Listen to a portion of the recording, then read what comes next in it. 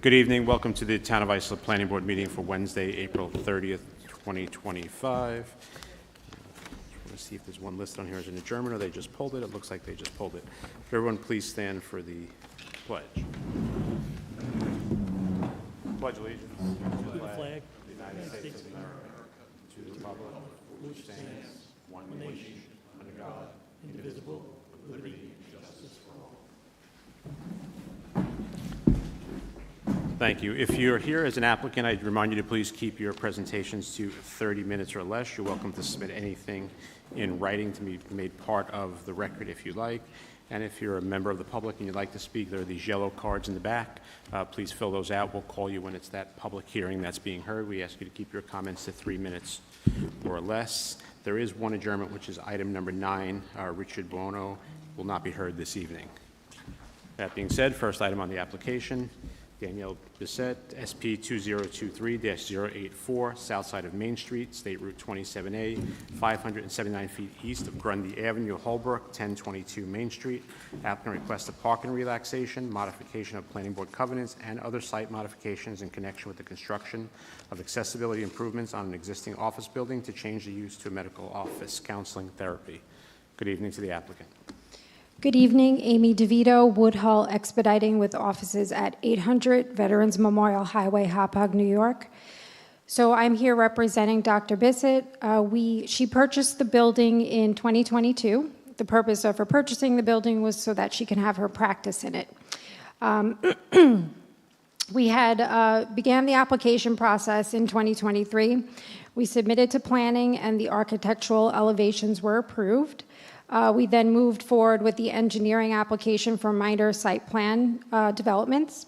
As part of that application process, we were asked to consolidate the lots, which we've since done. So now both lots, which were once 83.1 and 17, are now 83.5. We're here tonight for a relaxation of parking and the dimension of the actual parking spots. So we have 11 spots where 17 is required. And I just want the board to note that in 1980, when the original relaxation was completed, there was 12 spots required where 8 were actually given. So we've actually improved the parking over the years. My client, of course, didn't do that, but I guess as time went on from the original planning hearing to now. So there's 5 total offices in the building, and there's 1 psychologist and 3 social workers that work in the offices. All of the working professionals or licensed professionals are actually staggered in appointments, and they only see 1 client per appointment. So I did make a chart that I'd like to hand up to the board just so you could see how it's been staggered and how the overlapping really hardly occurs, if at all. So parking is never an issue at the premises. As far as the covenant and restriction that was stipulated as part of the prior parking relaxation. It was covenanted that there should be no more than 1 medical doctor at the in the building at a time. While town code specifies a psychologist and a licensed social worker as a medical doctor, under state provisions, they're actually not considered medical doctors, but obviously we follow your code. With that said, this is not a typical medical practice. So we are doing the change of use from office to medical, but again, this is just social workers. They see 1 patient at a time, and it is staggered. So if I may, I will hand up the chart that I created. Yes, we'll take that and make it part of the record.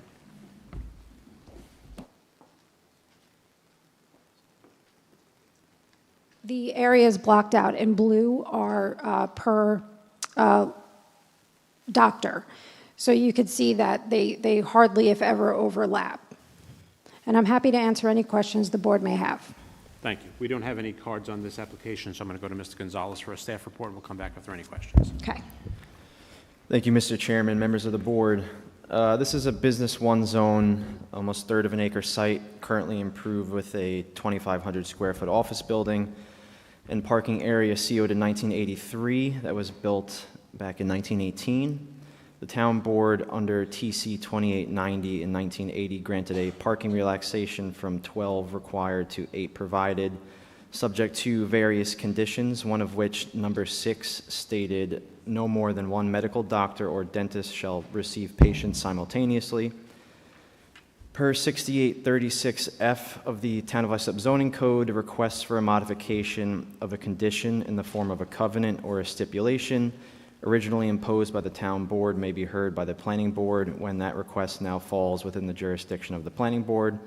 As the TC was in relation to a parking relaxation, it can now be heard by the planning board per the town attorney's office. As the applicant stated, the proposal before the board tonight is for a change of use from the existing professional office building to a counseling and therapy office, which the town of Islip defines as medical under the parking requirements. The site will also provide a new covered entry, ramp, and related ADA improvements in front of the building. A parking relaxation for the number of stalls and the dimensions of those stalls and aisles is also required. Per the applicant team, the proposed use consists of 4 employees, which is 1 psychologist and 3 social workers, seeing clients by appointments only Monday through Sunday, 9 a.m. to 9 p.m. They state that not all employees are present simultaneously, as client appointments are staggered throughout the day, and most clinicians work between 10 to 20 hours a week. So based on the constraints of the existing parking and the prior TC condition, staff has proposed the following. We did recommend some minor modifications to the parking area to provide a small backup flare at the terminus of the lot on the side of the building, and to possibly bump out the curb closer to the building to increase that backup aisle. I know the applicant team was looking in with their engineer to see if that was feasible. And also, after further review, and I did not discuss this with the applicant, I apologize, the parallel parking stall that's in the immediate vicinity of the site ingress really should be removed, as a safety issue, so that would reduce the parking available on site to 10, where 17 is required. But, we would rather have that removed if the applicant is okay with it. We're not concerned with the extra loss of a stall, so. And lastly, an additional set of covenants are to be filed at the Suffolk County Clerk's Office and the Town Clerk's Office, which will revise that condition number 6, but does not change any of the original stipulations. So the general intent of the new language, and obviously the applicant will have to agree to it, would be to have no more than 1 medical practice permitted in the building, and instead of capping it at 1 actual professional seeing patients simultaneously, that will be more than 1 person can see patients at a time. It's really just going to be capped at a total number of 10 between employees and clients essentially on the site, because that's as many parking stalls are provided. So it will give the ability to see more patients at the same time, but still, put a provision in there to not have it be over parked. So if there are no objections by the board or the applicant, and I know I just, brought some things up tonight that I was not able to discuss with them beforehand, we would recommend the board grant the application, subject to the finalization of that resolution and covenants with the town attorney's office, and then the ultimate recording of that document. Thank you, Mr. Gonzalez. Any questions from the board? The applicant's okay with some of the comments that staff made regarding the parallel parking Yes, spot we're areas? we're agreeable to Mr. Gonzalez's suggestions and recommendations. Great. The only thing I'd ask also, Ms. Gonzalez, to make sure it's in there is the standard condition that if parking does become a problem, that the board can revisit it. Yes, that will be a standard stipulation, as we do with all parking relaxations. Thank you. If there's nothing further, is there a motion? Mr. Chairman, I'd Mr. like to Brown. make a motion. I'd like to close the public hearing and make a motion to grant the application based on the staff and the applicant agreeing on the covenants and restrictions that we discussed here tonight. It's a motion by Mr. Brown to close the public hearing and grant the application, subject to the staff and the applicant agreeing to the covenants and restrictions. Is there a second? Mr. Moriarty, all in favor? Opposed, abstentions, the application is granted. Thank you. Thank you. Have a good evening. Item 2 on the agenda, Neil Mazzella, SP 2024-030, south side of Montauk Highway, County Route 85, 121 feet west of Bridle Way, Oakdale, 1262 Montauk Highway. Applicant requests landscaping, parking, buffer, dimensional, and additional site modification relaxations in connection with the reconstruction of an existing office building. Good evening. Good evening. My name is Neil Mazzella, 31 Maglo Drive in North Babylon. I'm here tonight with my wife, Natalia. We're the owners of the property, and we're here for the site plan modification relaxations.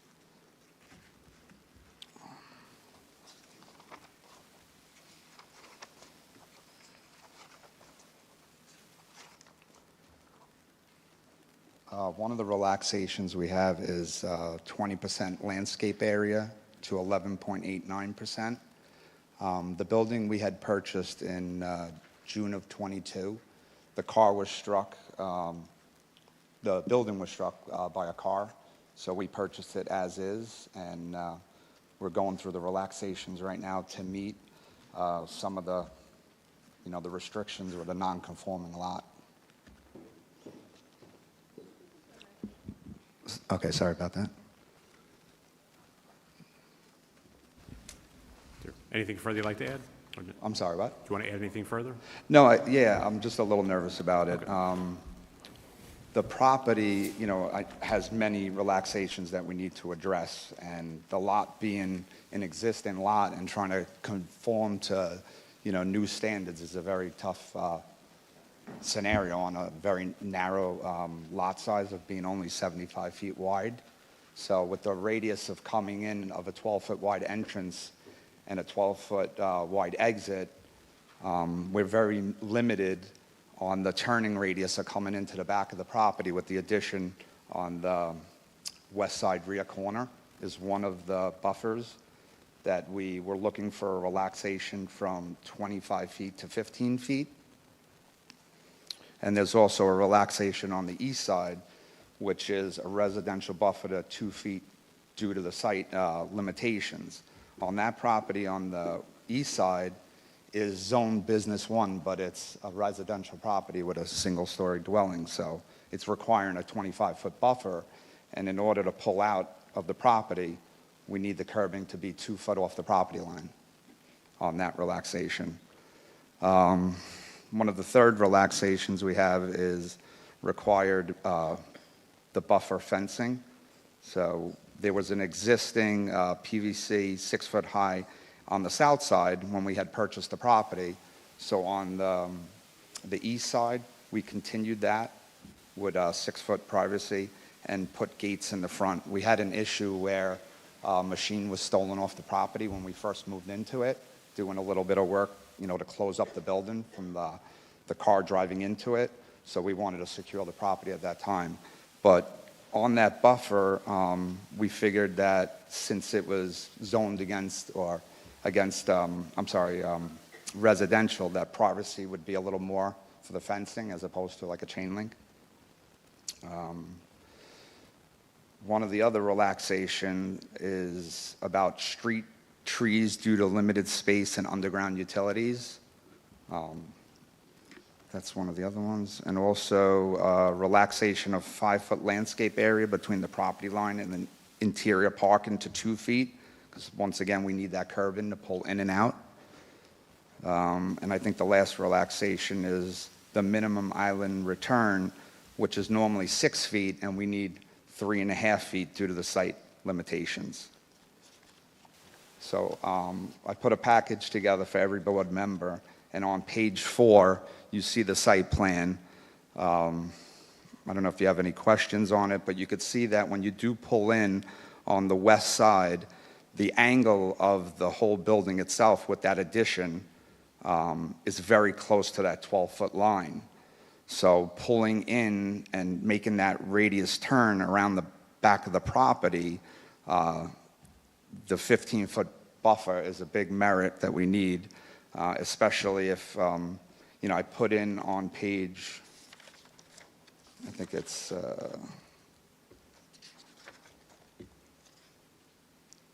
page 6 and 7, we have, a truck and a trailer that would actually have to service and maintain the property. A truck and trailer, like a typical landscape and vehicle with a trailer, is generally like 40 feet long, roughly. So to pull in and service that and do the weekly maintenance, of course, obviously snow removal and all that stuff, is definitely very tight radius. So on that buffer. I don't know about anything else. Also, I had put in some references of some other properties that it looks to be that the buffers are a lot closer than the 25-foot. I guess were granted at some point. And you could see on 1336 Montauk Highway and also on 8 Idle Hour Boulevard in Oakdale as well, was granted almost like a 3-foot buffer roughly, and then it gradually radiuses into like 30 feet or 25 feet, about 30 feet in. Thank you. Do you want us to go to a staff report, or you have more? Oh, yes, one thing I would like to address is on page 17, which is the last page. The neighbor had submitted for the record a letter stating that the buffer he is for and not against. Just to put that in there as well. The site is extremely tight site for what it is. Buying the property as is and then coming down this road to redevelop an existing non-conforming lot is a very tough, challenging scenario. And we're still in this process from June of '22. So, Thank you. We're going to go to public comment, then go to a staff report. We'll come back for board questions. okay. Mr. Brown? Patrick, looks like Boyes?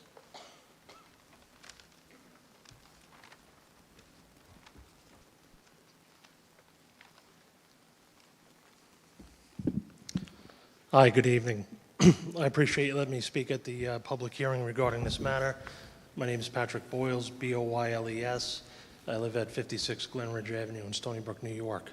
I've been a lifelong Suffolk County resident, and I've had family live here in Oakdale since I was a child. I remember coming to visit the family and also working in Suffolk County. I passed this location on a daily basis going to and from work. The location is actually like a gateway to Oakdale itself. All right, if you're coming south from Sunrise Highway, if anybody in the audience isn't familiar, it's at the end of Oakdale Bohemia Road, where it meets Montauk Highway by the train station. It's been a blighted property for years. It needed a facelift prior to the car going through the building, and then it sat with a tarp on it for years while Mr. Mazzella was trying to develop a plan and come in compliance to redo the building. The building's pretty much staying in the same footprint. It's been in. It's not like he knocked it down. He's trying to put a 2-story thing in there with, foot spas and vape shops in it. It's a small business. He's a contractor. It's going to be office space and sales space for his employees. If you've driven past it, you see the work that's been done on the building, the limited work that has been done as far as the roofing goes and the glass work put into it is already a tremendous improvement going by it. I believe he stated that the homeowner directly behind the property that would be most affected by this relaxation from the 25 to 15 foot mark is in support of the project and is in support of that relaxation and does not object to it. Like I said before, this is a small business owner with a family with strong ties to the community. This isn't somebody, a big corporate conglomerate trying to shove a huge building down Oakdale's throat. This is somebody who's looking to get engaged with the community, the Chamber of Commerce, and to make Oakdale a better and desirable place. I would urge the board to take this all into consideration and approve these modest relaxations that they are asking for. Thank you. Thank you. David Chan?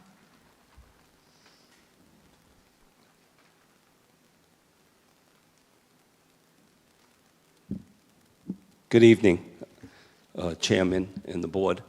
My name's David Chan. I live at 80 Chateau Drive in Oakdale. I am the president of the Oakdale Civic Association. I've met Neil and his family. We've had many conversations regarding this property. As he had stated earlier, in 2022, a car actually drove through the building coming down Oakdale Bohemia Road and damaged and created a lot of damage to the building. And as the other gentleman just said, it's basically the first building you see as you entering Oakdale from Oakdale Bohemia Road alongside the railroad station. It needed a lot of work. Neil purchased the building. They started to do some work, started to actually create a better-looking facade on the outside. The community is welcoming them to come in and actually be able to finish their project and open a business in one of the pieces of empty lots that are in Oakdale that we're looking forward to actually reviving. So I'm asking the board and chairman if you can consider his application. Thank you. Thank you. Brian Bast?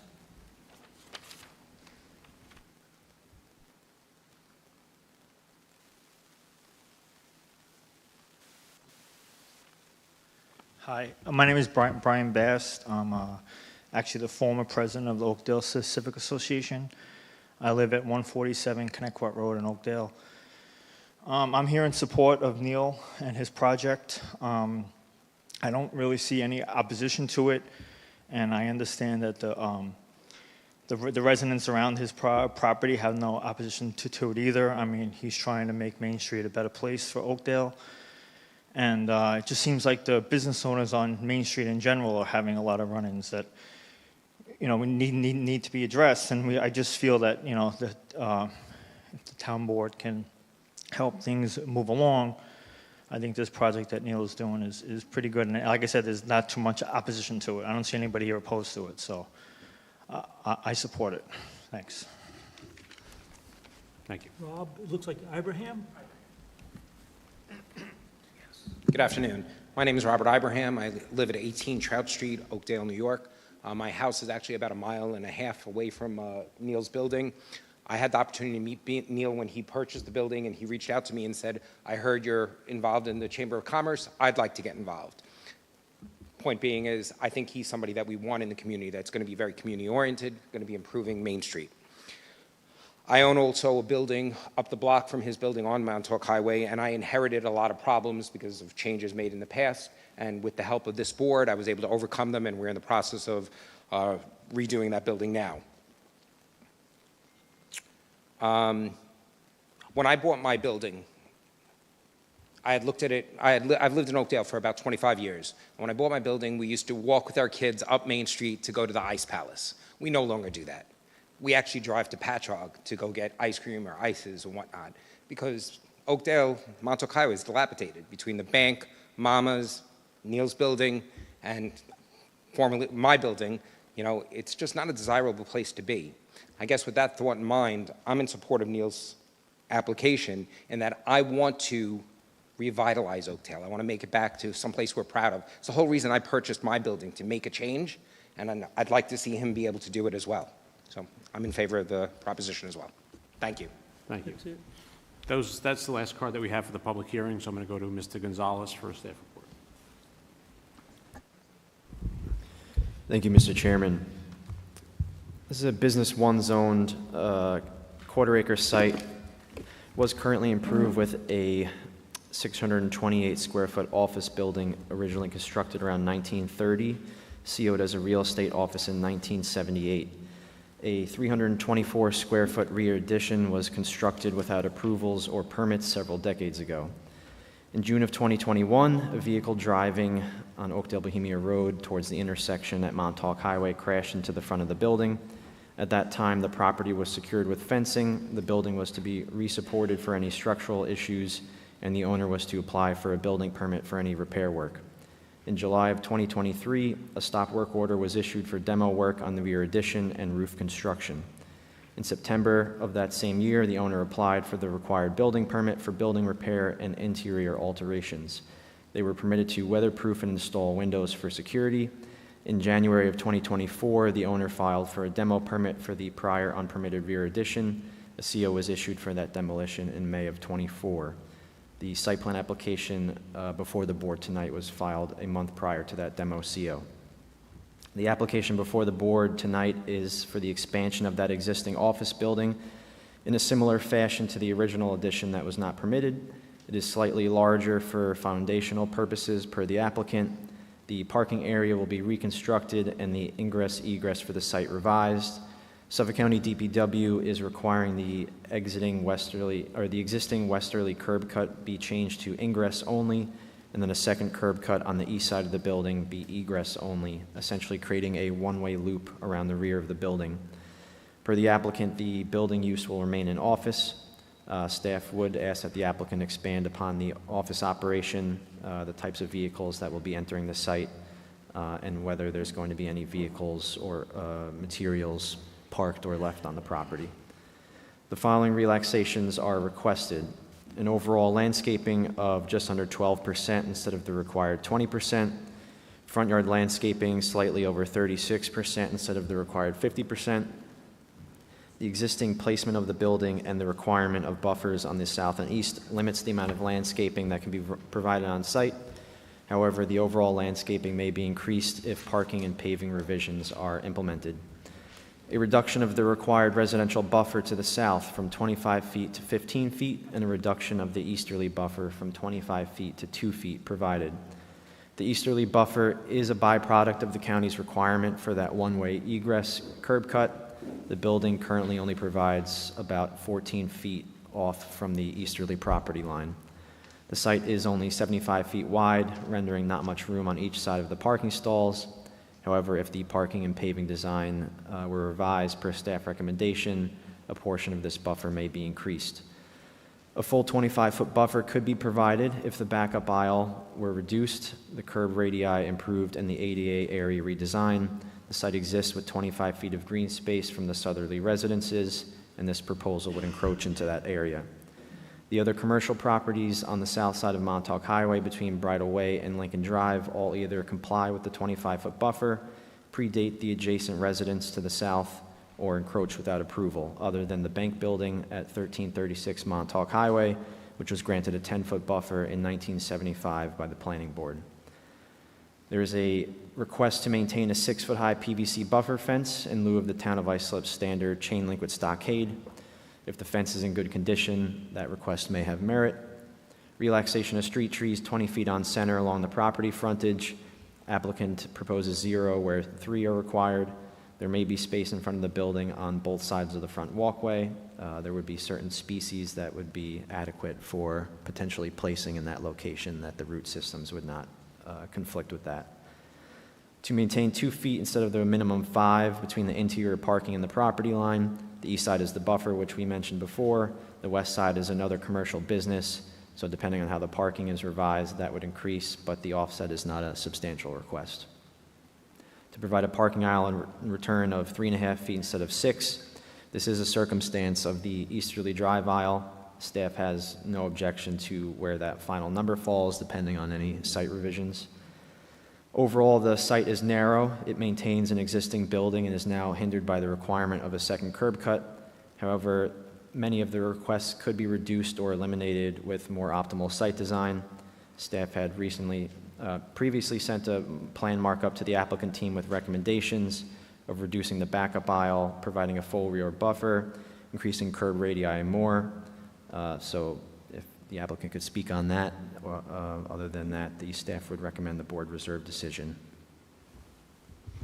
Have you received the comments from staff on the site design? Yeah, I did receive the markups. What I would like to say is if you could refer to page 13 and 14, nothing was said about 8 idle hour, and that was granted a 3-foot buffer for about 30 feet right against residential. So I just want to make that notated. Regarding the comments for the markup from the staff, do you have any comments on their recommendations? Yeah, I don't think, I understood, I had that conversation with Tanner, and regardless, the rear addition on the plane is right against the curb that's coming in to get into the back. Even tighten it up as they suggest, I would not like to have it so close to the building. We already incurred a car driving through the front, and I think having it so tight to the back addition when the buffer that we're looking for to go back, there's room back there and there's nobody opposing that on the 15 feet. So that extra 10 feet is definitely stands merit. Are there further questions from the board? Mr. Moriarty, go ahead. Just a question on your operations. It's an office for a construction company, correct? Correct. Are you intending to store anything on site? No, we have industrial property at 850 Lincoln, and for the record, the lease is on record. And what about equipment or? All at 850 Suite 18, Okay, Lincoln so Avenue. parking there will be used just for the employees? Just for, yeah, for Okay, office. thank you. So regarding the markup, are there any of the markups or comments that were made by staff that you're okay with or you're willing to work with them on? Yes, the one in the front for the 2 trees, but keep in mind, we have a gas line coming in through one corner of the building, and we have a water main on the other corner. But I'm all for beautifying the property. So, I mean, I think we want this project to move forward, but I also think there are markups and comments from the staff that need to be addressed with the staff. So if there's room to have a discussion with the staff, I think it's my opinion, I'm not sure the entire board, but reserve decision and let you work with the staff and bring you back at the next meeting if you're willing to. I mean, they might not all work out, but there may be some that can be worked out or somewhere in the middle ground between where you're at, where the staff is at, to make it a better project. If I could say something, the conversation that me and Tana had for about an hour, it was about the rear buffer, and that was all it was about. So I'm not sure about how that's going to work out as far as following that, but it's imperative that we do have that turning radius. Like I said, to service the property with the landscape, and I sent the photo in here, that's going to be a service for the building. It's 40 feet minimum. Everybody knows a landscape is truck and trailer. They have to get in the property to service it.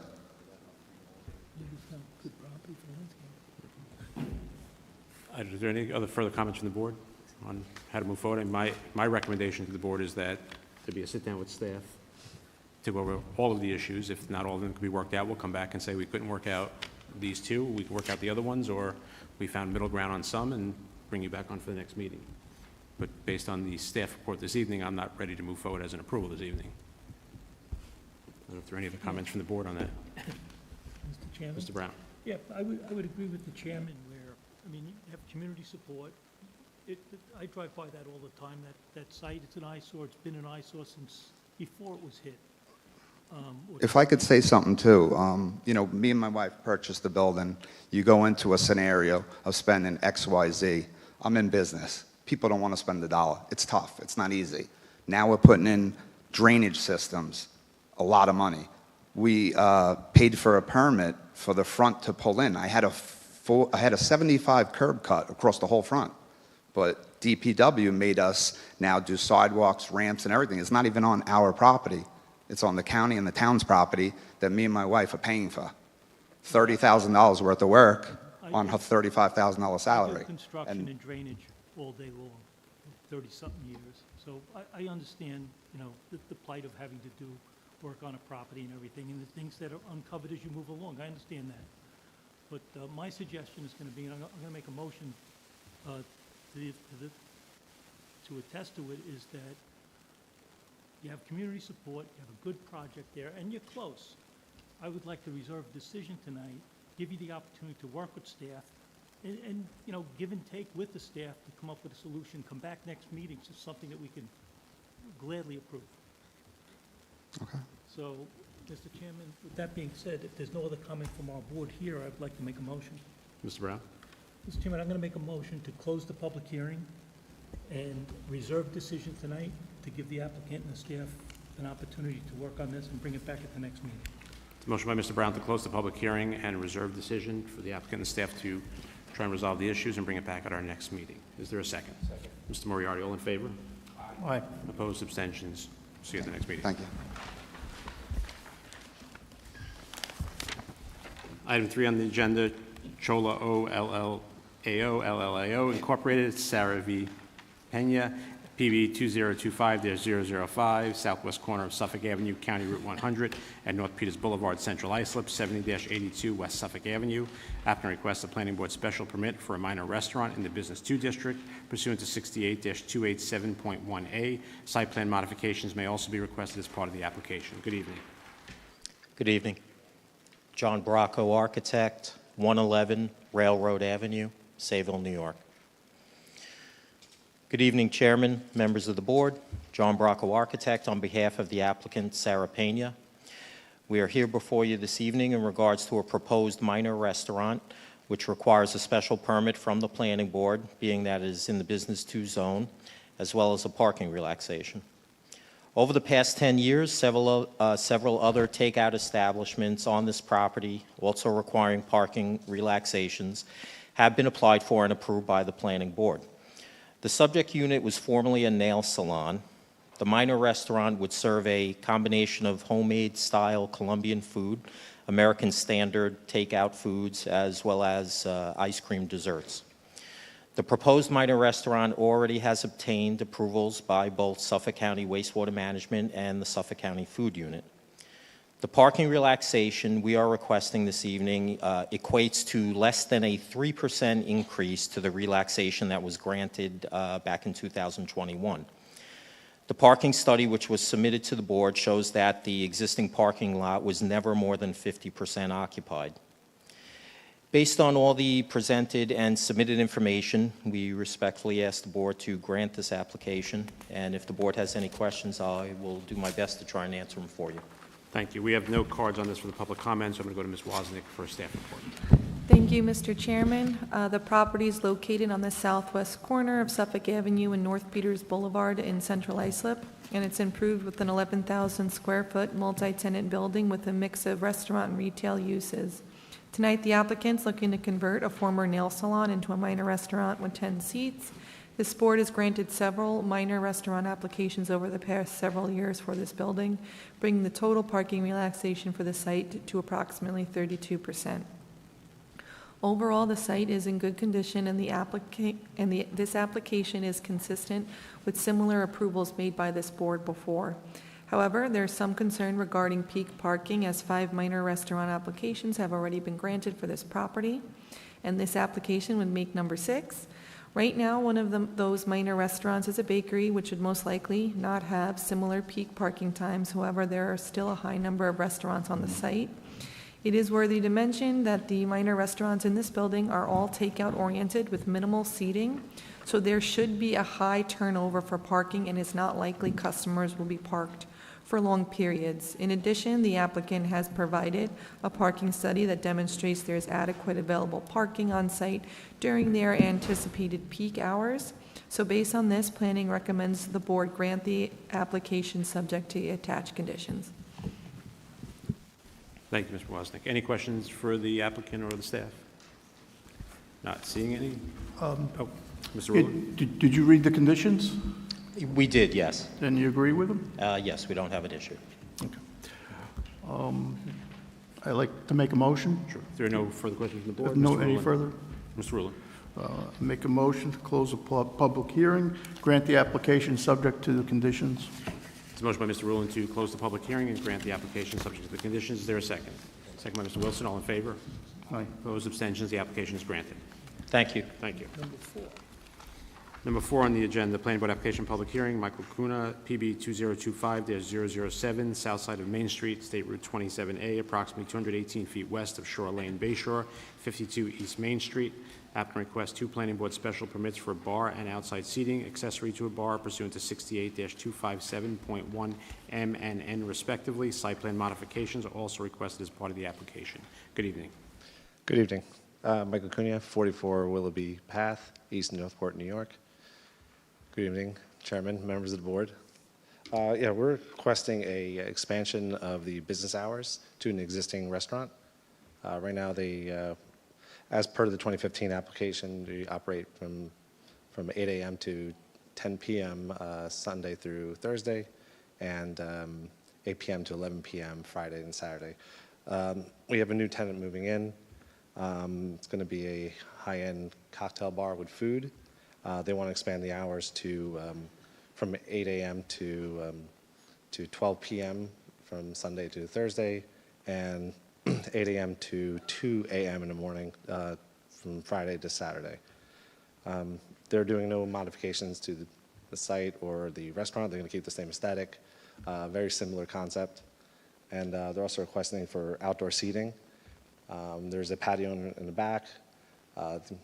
The adjacent properties, Nappertandy's, they also have outdoor seating.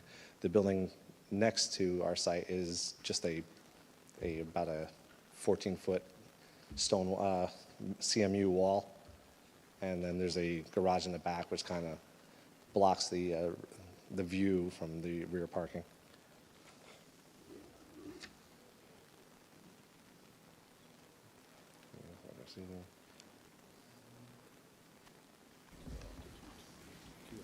Go to a staff report and come back for questions. Is that okay?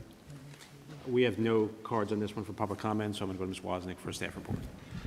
Thank you, Mr. Chairman. The property is located on the south side of Main Street, approximately 218 feet west of Shore Lane in downtown Bayshore, and it's improved with the two-story mixed-use building with apartments on the second floor and a restaurant on the first floor.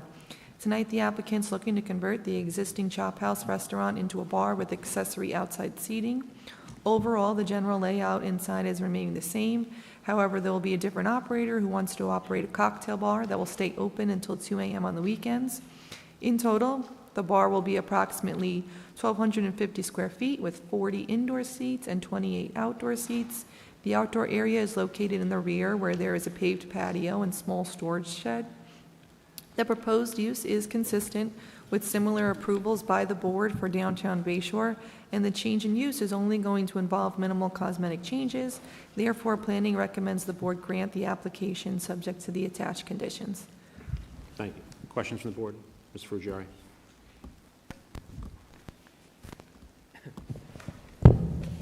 Hi. Just for clarification, can you explain the proposed use again?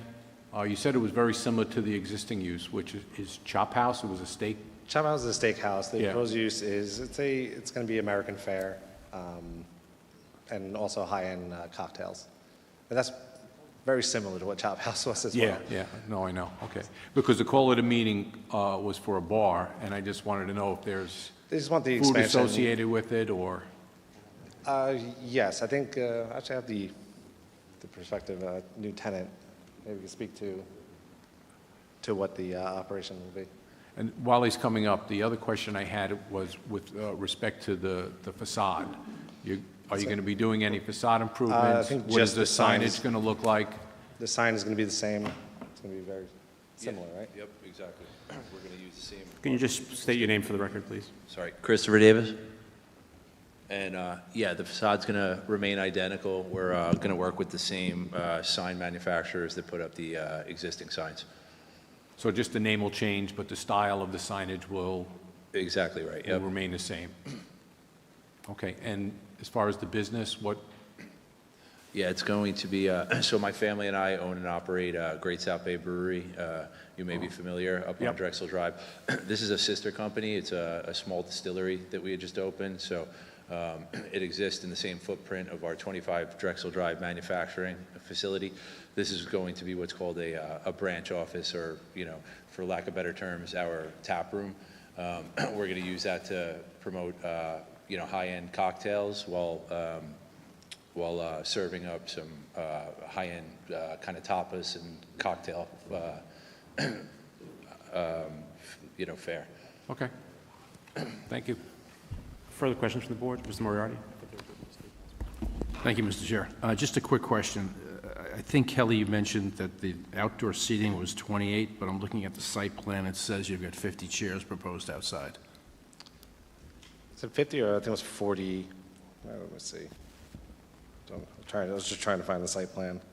Yeah, I just want to make sure, the limitation, I presume, Kelly, we're going to be proposing 28? This, if you count them, it's 28, but then he wrote 30. So Oh, I 30, did what yeah. was Okay, shown got on the it, got plan. it, got it, yeah. Okay, sorry, not 50, So excuse me, between 28 not and 50, 30. Okay. So you're okay with that at this point? Yes. Yeah, the second question I have deals with, and it's arisen in a number of other applications in Bayshore with outdoor seating. Are you proposing any outdoor music? We were very concerned about potential noise levels with some of these other outdoor bars that are sort of developing in the downtown Bayshore area. So you've got residential neighborhoods basically south of where you're located, so that's a continuing concern for us as well. So I want to have No. you speak to that. I'm getting a no. So, I mean, we would be congruent with any, ordinances of the town. But they're telling me no. Is it anticipated, though, you'll be having outdoor bands, for example, or live music? No. No. Good. All right, thank you. Any further questions from the board? Anything further from the applicant? No. Is there a motion? Mr. Frugieri? I'll make a motion that we close this public hearing and grant the application subject to the covenants and restrictions being signed. The motion by Mr. Frugieri to close the public hearing and grant the application subject to the covenants and restrictions. Is there a second? Second. Second by Mr. Brown. All in favor? Aye. Opposed? Abstentions? The application is granted. Thank you. Have a good evening. About 5, 6. Town Board application, public hearing, P&M Real Estate Division 2 LLC, CZ 2025-001, north side of Reddington Street, approximately 341 feet west of Brentwood Road, Bayshore, 0 and 83 Reddington Street. Applicant requests a change of zone from Business 1 and Business 2 to All Industrial 1, a modification of covenants and restrictions associated with TC 3190 and a planning board special permit for the overnight parking of vehicles pursuant to 340.1C. Site plan modifications and a waiver of the minimum setback of overnight vehicles from a residential use are also requested as part of the application. Good evening. Good evening, Mr. Chairman, members of the board. Richard Handler, 50 Broadway, Amityville, for the applicant. I have 2 items I'd like to submit that I'll be referring to during the presentation, and with the board's permission, I'd like to approach. Yes, we'd happily make those part of the record.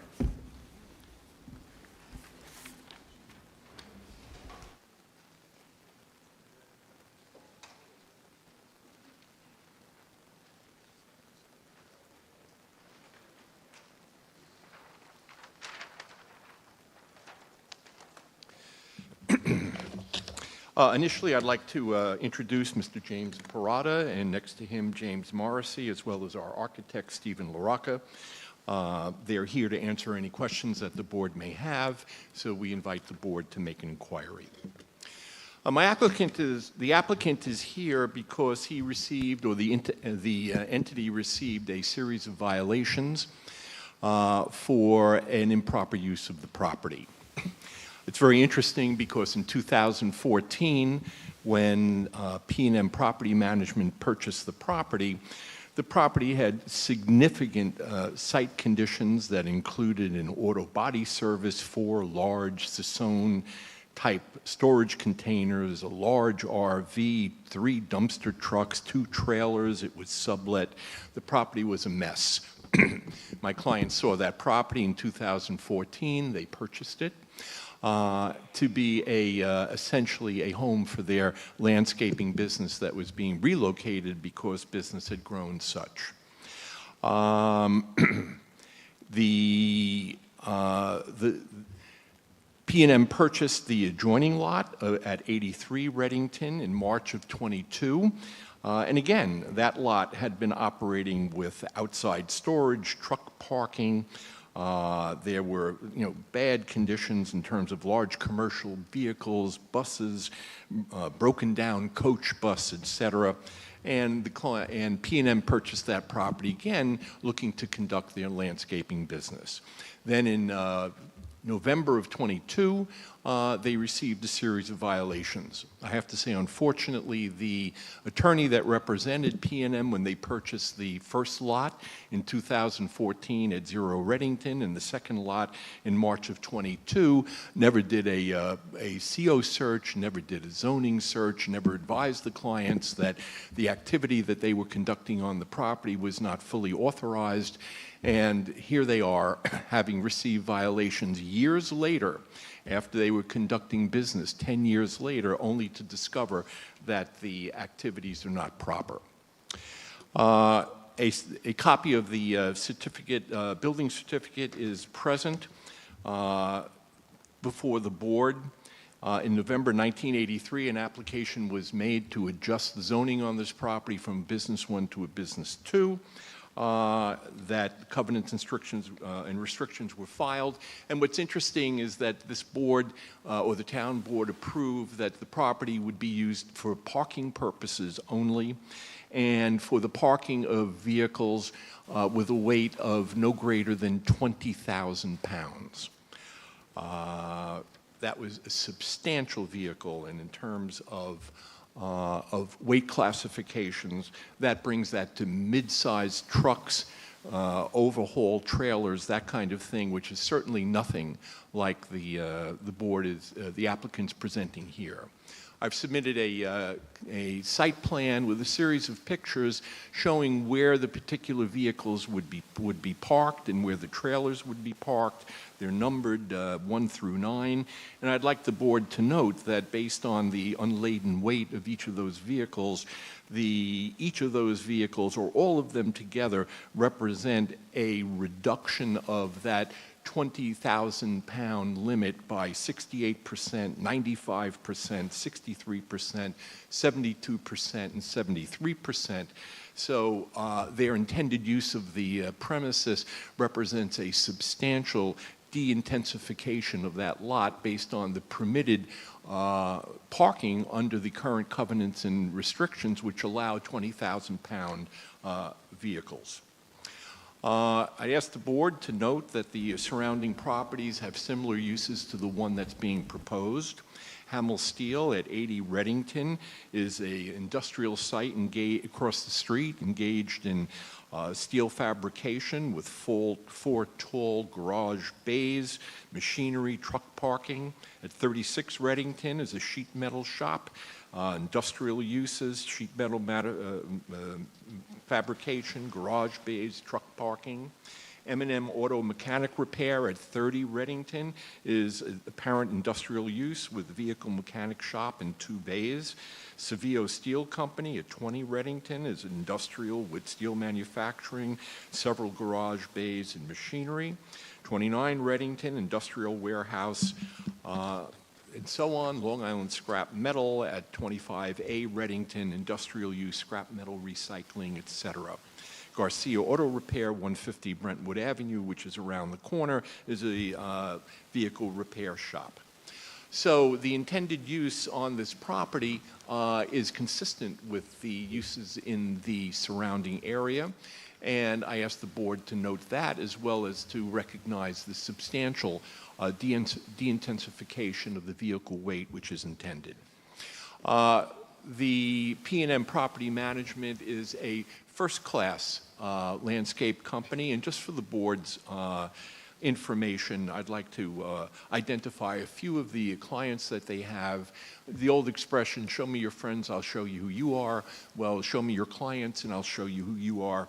And they do the landscaping at Insignia Steakhouse in Smithtown, Blackstone Steakhouse in Melville, quite an august place, Residence Inn in Marriott, Hampton Inn in Islandia, Hyatt Regency in Hapog, Murata Plastic Surgery Specialists in Smithtown, and board should note that they donate significant services to Long Island Against Domestic Violence in Bayshore.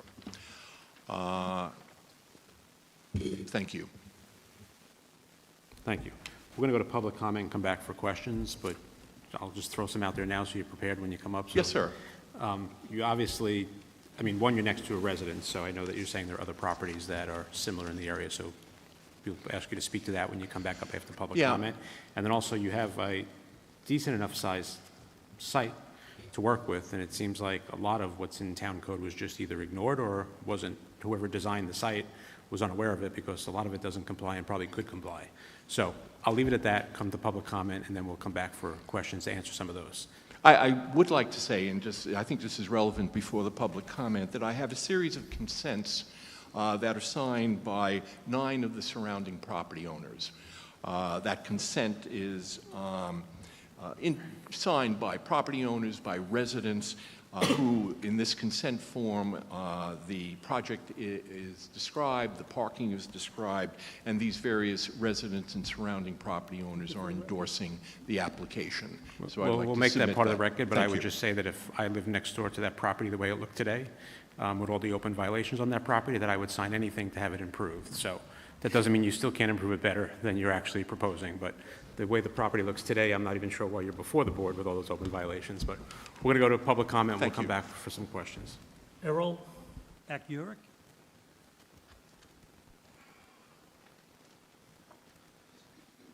Good afternoon. Oh, I'm too close. Good afternoon, Council. I am speaking on behalf of Errol Akyurek. I am Edip Akyurek. We are the owners, well, he is the owner, I just act like I am, of Errol's Plumbing and Heating. We are the neighboring business, almost, I guess, diagonal to P&M Landscaping or Property Management. I just had a couple of words. We've been neighbors with them for close to about maybe 12 years now. Every time we walk by, I walk by a lot to go to the deli down the street. It's always in tip-top shape. Everyone's organized, they're efficient, they're quiet. A healthy business moves efficiently, they move clean, and they move responsibly. And for 11 years of walking, I think I've seen every single day of it, and I can vouch for them on that behalf. When in regards to, property and stuff like that, a building is really important for landscaping due to servicing, property management, and making, the community better. The hospital's been building buildings, and it looks fantastic. So why not support our local businesses by doing the same thing? Reddington Street is, a 50-50 hybrid of residential and business areas. And Hamal Steel, you guys mentioned clean, organized, do their thing, get out at certain times, people sleep at night. P&M management or property management, no different.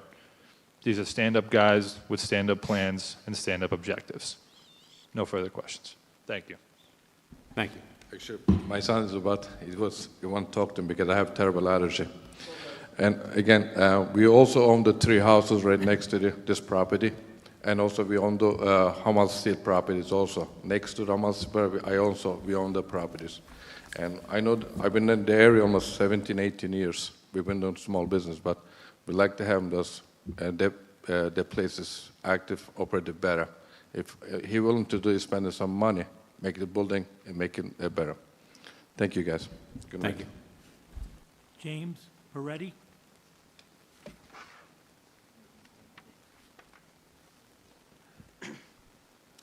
Good evening. James Pareto, one of the owners. My partner and I own the both properties that we're looking to improve. So one of the main things that we're trying to do is satisfy the violations, and we're trying to improve the site as best as possible. We bought it, like my attorney said, in pretty poor condition, and we're trying to just abide by the violations, the codes, and we're trying to do whatever we can to improve the site by doing all the landscaping around the buffer, meeting the buffer requirements, and making a presentable structure, and just improve the overall site and the neighborhood. So whatever we need to do that, like I know one of the violations is the containers that we store our tools and our equipment, and this structure that we're proposing would basically take place of all that. So we'd be able to put everything inside, park our vehicles that you can see that are well under 20,000 pounds, nothing major. You don't need the CDLs to drive them. They're relative to 550s, so they're not, you can't really see them even from the street. So they're not very, they're not obstructive. So that's really what we're just trying to do, and trying to find the best way to do that. Thank you. Thank you. James Ferguson?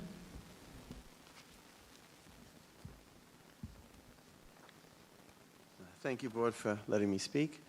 James Ferguson, 15 Lakeview Avenue, Brightwaters, New York. Our building is 160 Brentwood Road. It's Zwenger Passeri Radiology. You may pass it opposite the cemetery. I think they're doing great things for the neighborhood. I like to hear that, but it hasn't worked out good for us. I have pictures if you want to see, but our property's been damaged by all of their gravel, bricks, everything, just leaning and trashing our property. As you read, or someone read earlier, they've had violations for years, and so I don't know that this is going to change. Our concern about the proposed zone is it's going to impact property values in the surrounding area. As you already stated, there are a lot of homes there, and I don't know that I want to have this go to an industrial zone, because that means what's going to be the next project. Something else could come here besides landscaping. So what's the long-term plans? Once this becomes industrial, you can put anything there, and I don't think it's going to benefit a radiology office. I don't know what other feedback from the community has been, but we want to know what mitigation will be done to make sure that there's no more violations, because this has been in violation, I don't know how many years back, but it's been way too long. So is this industrial zoning going to align with existing land uses, the hours of operation? Does this benefit the community to have an industrial zone here now with all residential homes? Yes, there are some businesses there, but they're quiet, they're indoors. This is not an indoor business. This is landscaping, trucks and equipment moving. And as I said, I have pictures, if the board wants to see, of our fence that has been damaged because of all of their outside storage of gravel, dirt, trees, and things. None of that's supposed to be here. That's all in violation. So my question is, I don't know that I trust to go further with this, and I think the board should have some reserve and questions and concerns. Also, again, as I said, if you're a homeowner, what does this benefit to the neighborhood? I don't think it does. Thank you. Thank you.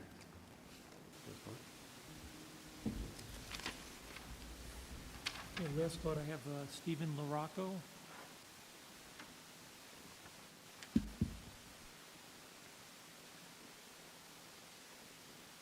Good evening. My name is Stephen LaRocco. I'm the architect for the property. I just want to explain the type of building that we're proposing there. It is a wood frame construction building using residential grade materials to keep things consistent with the neighborhood and the neighboring structures, keeping it residential and in line with everything that's going on in the surrounding area. We would be using cultured stones and board and batten siding to, again, give it that residential look. Also, there's significant landscape buffers all around the property. We have a 25-foot landscape buffer on the west side of the property, which I believe that P&M will do a great job at, making sure that the neighbors and the neighboring properties aren't looking at some ugly piece of property. It's going to look pretty nice. We're also proposing some street trees in front of the existing fence that's there now. We're proposing a new fence with a sliding gate and bringing the parking into the property versus right up against the street that's currently standing there now. I believe that the plans are a substantial upgrade to the property and give it that, like I said, residential feel. And as if I was a neighbor of the property, I don't think I would have an issue with this new plan. That's all. I mean, certainly Open to not have any an issue with it, questions but you got to understand that what you have there now is in violation. So, I mean, it's not really a good comparison to make. Just a question for you before we go to the staff report. I mean, you can probably meet or exceed some of the requirements in the town code. Why did you put together a site plan that doesn't? Why so much pavement? Why is it designed the way it is? I don't quite understand. So there's required turning radiuses for these trucks. As you can see in the elevations, there's a rear overhead door that will access the landscape equipment. In order for a truck to get back there and back into that area, we needed that additional space for the turning radiuses. So there's going to be a lot more going on that property than what the plan is showing. Okay, so we'll come back to that. We'll certainly have more questions only because it's up against residential then and some of the movements back there, but we'll come back to that in a second. We have somebody else, unless you have anything further you want to add. No, that's all. We'll come Thank back you. for questions. One last speaker, James Morrissey.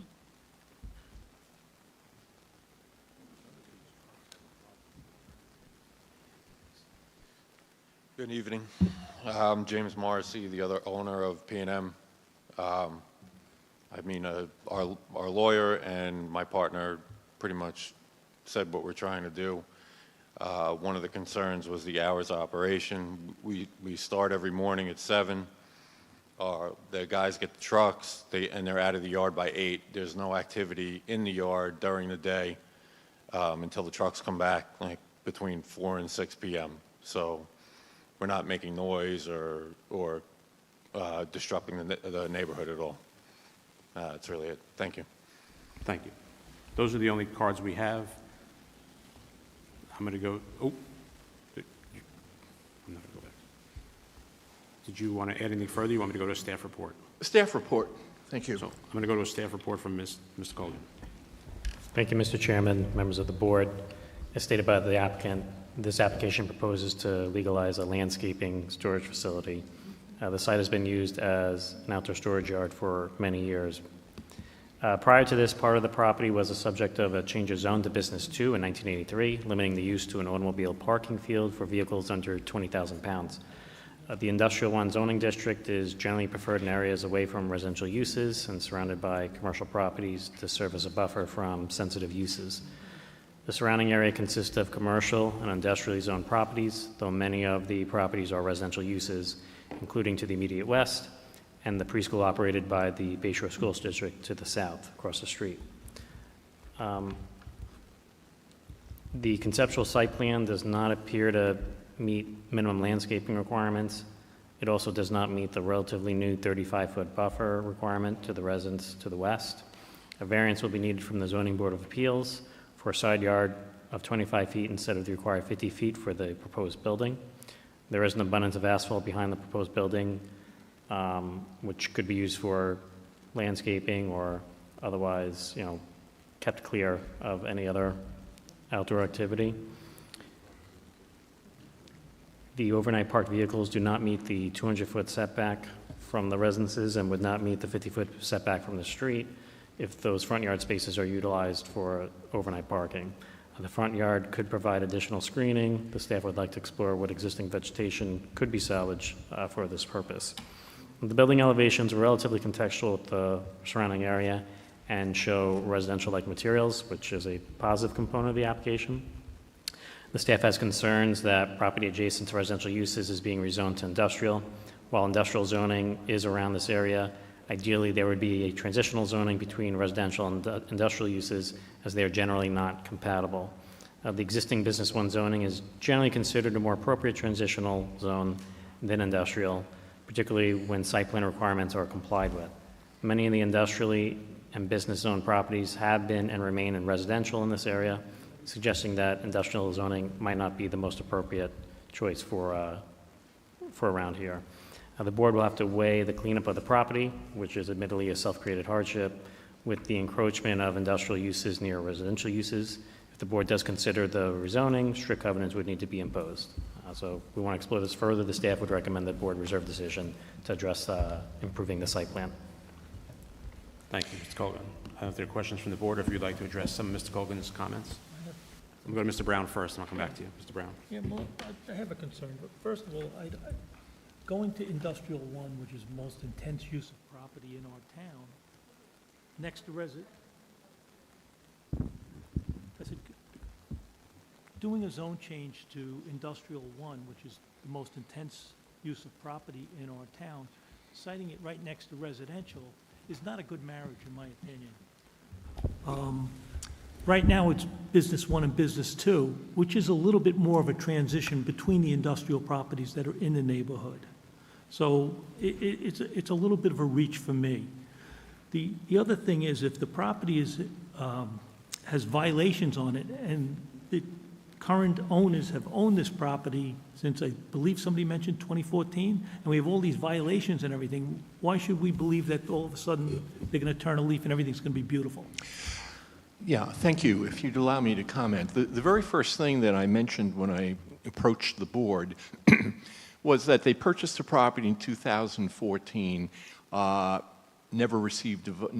were no violations of record for what was a extremely intensified use of that property, much greater than my clients are using.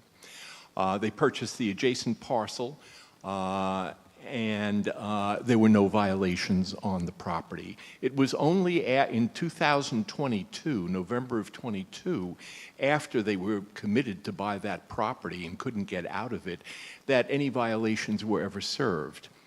Once those violations were received, I can say that I've made numerous contacts with the Town of Islip Planning Department.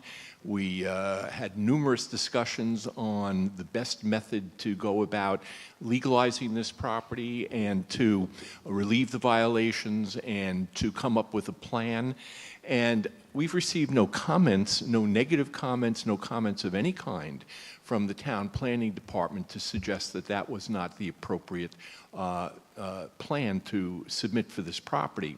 As a matter of fact, the original concept was to move for variances based on the Business 1 and 2, and Town Planning suggested that there be a lot merger and that an Industrial 1 use be proposed. So we were only following the town's lead on that. My client would have no objection to meeting with the town and revising it based on the town's recommendations, but this is not a situation where you've had an occupant who for years and years has been violating violations. The property was significantly worse when they bought it, and they owned it for 9 years before they ever got a violation based on the current use. And then once this violation occurred, they've been attempting to mitigate the property. I've been in discussions with the town attorney, and the town attorney is aware that this process is going on. I understand the Zanger and Passeri issue and their concerns about not my client as much as the long-range implications of having an industrial use. Of course, that change of zone to industrial, if that ultimately is what this board will hear, can always contain covenants and restrictions which would bind the activity within that industrial use. So any future purchaser who's buying that property would be alerted, hopefully, to what those CNRs may be, and of course they would be discouraged from using a more intensified use than the one that's permitted here. I would ask the board to note that the immediate residential neighbors have all signed a consent to the application as submitted. So this is not a situation where you have neighbors, be it the industrial activity across the street with Hamel Steel, or the residential neighbors on either side and beyond either side, which have all signed off on the consents which were submitted before the board. I think the board's comments about having a second look at the application and speaking to the town planning department about some modifications that this board may think is appropriate and town planning thinks is appropriate, I think absolutely we are happy to meet, and I look forward to coming back with those modifications in hand. Thank you. Are there further questions from the board? I would just say that if you can spend some time with the planning staff to look at that. I mean, the current site plan would not work for me as designed. Also, I think you touched on it, but if we were to consider rezoning this, it would probably be for this use only, and it would probably revert back if in fact. But, you know, coming in here with the argument that it's going to be better than it is when it's currently in violation is not an argument that means anything to me. I mean, you're in violation. That shouldn't be operating that way. That's not an accurate way to describe it. People who are living next to something that looks horrible or that's operating in violation, of course, are going to take anything that's better than it currently looks, but they shouldn't be subject to what's there now. Of course. So that's not an argument, but it's an argument you guys are making. So I'm just wanting to put out there that it's not a good argument to make in front of this board. You know, thank you. It's not an argument we're making to justify anything. It's a fact that we're bringing to the attention of the board. It's not a good fact in your favor. It's not. You'll go before a court of law, or forget the planning board, but to go into a court and say I'm in violation of the law, therefore if you let me do this, I won't violate the law anymore, is not a good argument to make. So no. To come here and say the same thing and use that as a reason for making the neighbors happy is not, there may be merit to cleaning it up, there may be merit for the use, there may be merit to doing it as you just stated in terms of the restrictions on the zoning and the rest, but you know, coming before us with that argument is not one that works for me. Mr. Chairman, I most respectfully, and thank you, and you know, maybe it's my failure in articulating properly. My clients, and certainly me, are not here to say, well, approve this, we're in violation, so when you approve this, we can continue something which was otherwise a violation. My point, and the first thing I mentioned when I came up here, was to alert the board that my clients found out about the violation 8, 9, 10 years after they took an initial title, and once they found out they were in violation, they were, you know, upset about that and immediately started to look into taking plans and steps in order to legalize things. So that's not an excuse as to why the zone should be changed. That's just a fact for the board to consider, that these people are responsible and respect the town code. Won't go back and forth. Hopefully you'll work with the town. My point there is that the only solution here to improve that property is not for us to rezone it and make changes. You can go ahead and make changes now that would make that property better. That's the point I'm making.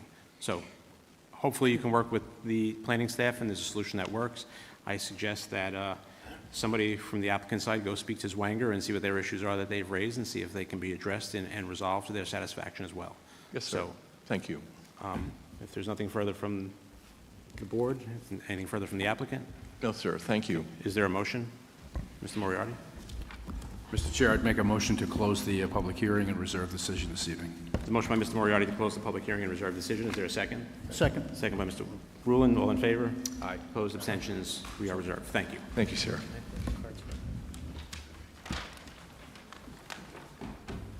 Item 6 on the agenda, Town Board Application Public Hearing, Amity University, Inc., CZ 2025-004, south side of Montauk Highway, State Route 27A, Oakdale, 500 Montauk Highway. Applicant requests designation of the subject property as a planned landmark preservation district pursuant to Town Code Section 68-449.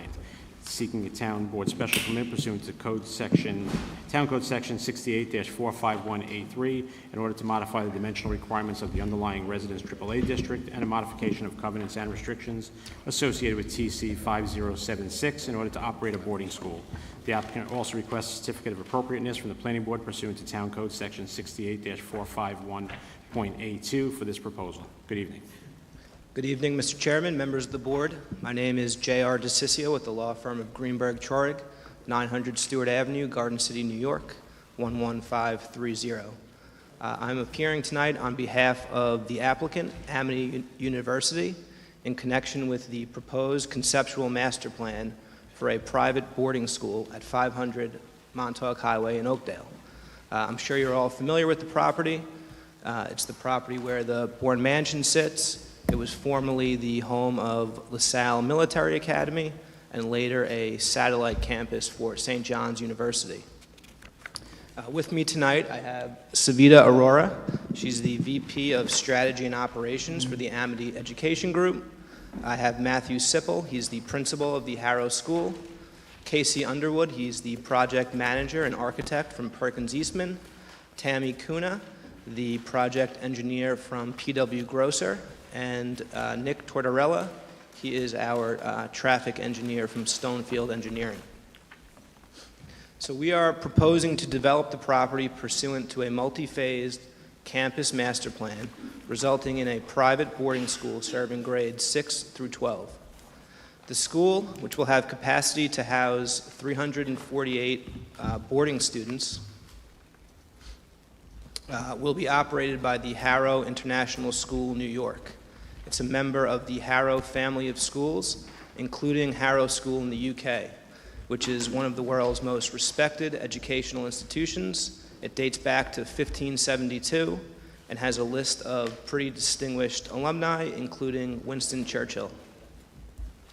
As a result of a 2012 town board action, the property is approved for 380 residential units and is partially contained within the planned landmark preservation district. As part of the current proposal, we are seeking to abandon the housing development and looking to designate the entire property PLP, or Planned Landmark Preservation. We're looking to modify the covenants and restrictions associated with the previous housing development. We're seeking a town board special permit to modify certain requirements of the underlying residence AAA zoning district and a planning board certificate of appropriateness for the new proposed buildings. Together, the approvals will allow for the construction of 4 new dormitories, the transformation of Dudak Hall into a new aquatics and athletic center, the transformation of LaSalle Hall into a new arts, technology, and performing arts building, renovations to the Bourne Mansion, which will serve as the dining hall, and the installation of new athletic fields and a limited amount of faculty housing. As Mr. Underwood will get into in a moment, the proposal before the board not only provides for the adaptive reuse of historical buildings like the Bourne Mansion, but it also conserves the character of the community by maintaining the educational use of the property that has been present since 1926. So with that, I would like to introduce Casey Underwood, who will discuss the overall site layout and the proposed elevations of the new buildings. Thank you. Casey? Thank you, and good evening. I'm going to give a brief overview of the campus master plan. You all should have a packet of exactly what we're showing on the boards here, so it might be easier to see up there than down here. What an opportunity for us all, I think. This combination of Harrow and this campus seem just a wonderful thing. Between the 1897 Bourne Mansion and the initial 1927 LaSalle buildings, this campus represents for all of us a significant legacy.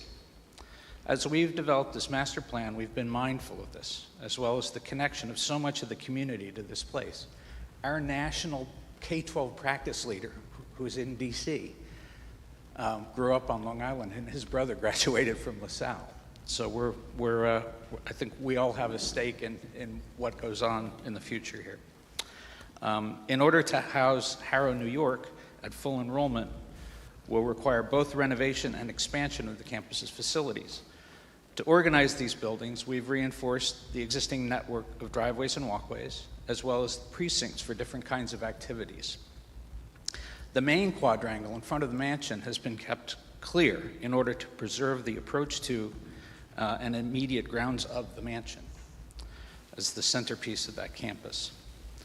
To the east is a new residential quadrangle centered around a renovated and expanded Dudek Hall for athletics and aquatics. To the west is an expansion of academic facilities, including a new facility to house visual art, performing arts, and engineering technology.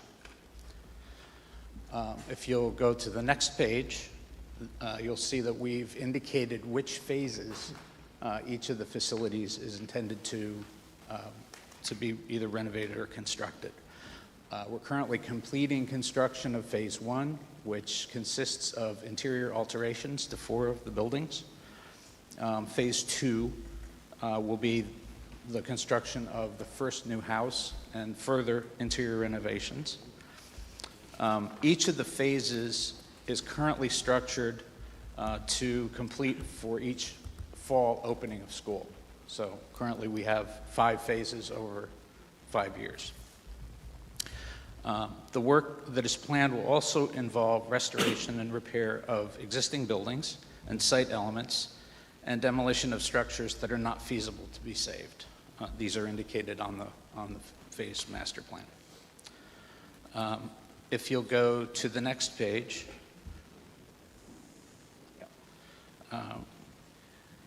In order to preserve the character of the campus, we'll be designing new buildings so they fit into the existing fabric. We want to take a contextual approach to what's there. And I would stress the historic fabric. Those of you who know the campus well will know that some of those buildings are not historic in their character. We're seeking to draw on the fabric of the historic brick buildings, such as the mansion, St. Joseph's Hall, the library, Malloy. These buildings are clad in red brick with a combination of stone and painted wood trim. As we began design of the first new building, which is the new house, there will be 4, and they're intended to be prototypical, so they will be, if not identical, at least very similar. If you'll turn to the next page. Thank you, Steve.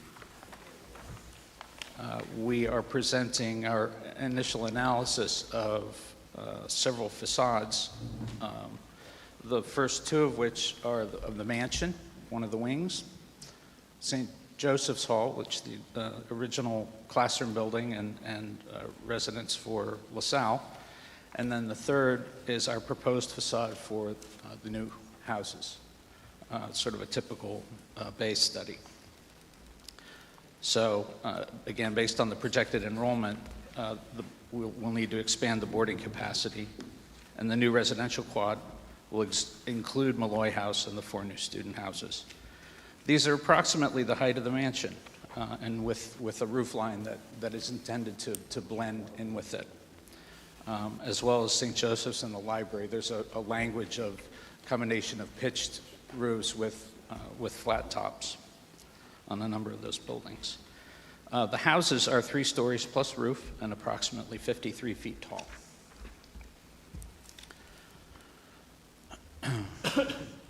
We've sought to carry out a cardinal principle of preservation, which is that buildings should be of their time. So on the one hand, they need to fit in and be contextual, but on the other hand, it should be clear that they're of now, they're not of the time of the mansion. So we would not be taking a historic, sort of a pastiche approach. We would be looking to blend the materials, the fenestration, the forms, and of course, the texture of the campus and the space, quadrangle space in between. I'll talk more about that in a moment. If you'll go to the next page, we're showing elevations of the long face of the paired buildings, the paired new houses. So the exterior cladding materials would consist of brick and compatible materials in a palette that would blend in with the existing historic buildings. Again, the windows would be vertically oriented. The ground floor has a base and a top. And the next board is side elevations. So you'll see either side of each house. I know they'll be fairly small on these pages. So again, I think you all have a PDF version of this, and if you would like additional information that's at a larger scale, we can certainly provide that.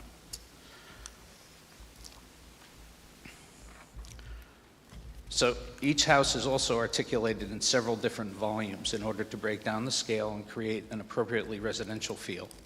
And at the end of each wing is a porch for gathering.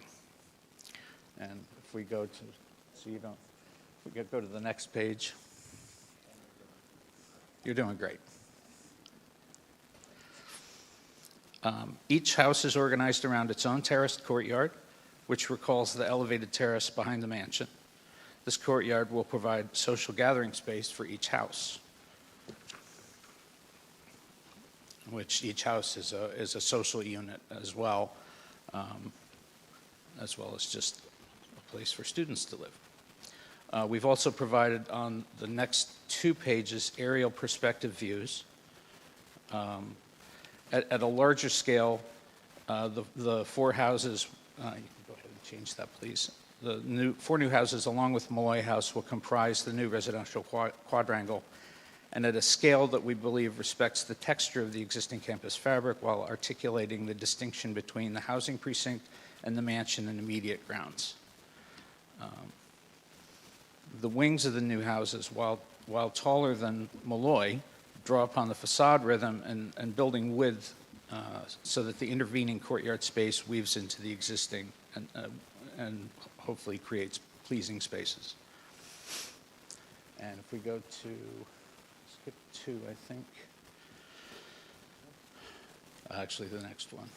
But yeah, if we're looking from the southeast, again, this is Dudak Hall to the right, and then the 4 new houses with Malloy in the background, and then the mansion to the left. And then next one, yep, we keep rolling. I'm trying to be brief so we have time to come back for questions and answers. Okay. Along Montauk Highway, really most of the construction would be south of the creek and therefore not visible from Montauk Highway. There will be several structures up along Montauk Highway, which you'll see on the site plan.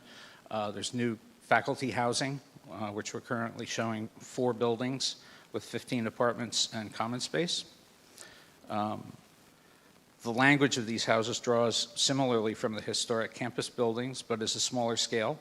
These buildings are planned to be 2 stories plus roof with an overall height of approximately 32 feet. Their exteriors would be brick veneer with standing seam metal roofs. And then if you go to the last page, we've provided perspective views along Montauk Highway, both from the east and from the west, with the existing street view and then a rendered view of what that would look like with the new houses in place. The vegetation is fairly dense. We would look to preserve the visual buffering, both from the standpoint of preserving the streetscape, but also with respect to creating a more private setting for the residents of the houses. We're currently in design phase for the new houses. We have not started the design of the staff housing. Again, we're anticipating starting that probably next year. So these are kind of placeholders as far as the staff housing is concerned, but we wanted to convey our overall design approach and again, have sort of the right look and feel as a placeholder. We would anticipate coming back later on those when we have Firmed Up Designs to present.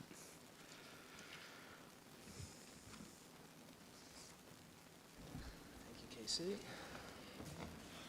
Before we move on to the traffic engineer, I just want to briefly touch on some of the operations of the Harrow School. Students attending can be broken down into 3 categories. You have day students who travel to and from the campus every day. You have weekly boarders who reside on campus during the week but leave during the weekends. And then you have full boarders who reside fully on campus and only leave campus for long weekends or holiday breaks and summer vacation.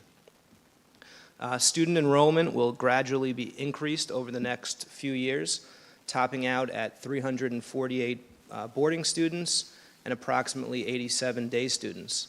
Any potential adverse impacts of the day students coming to and from campus will be mitigated by the staggered drop-off and pickup times.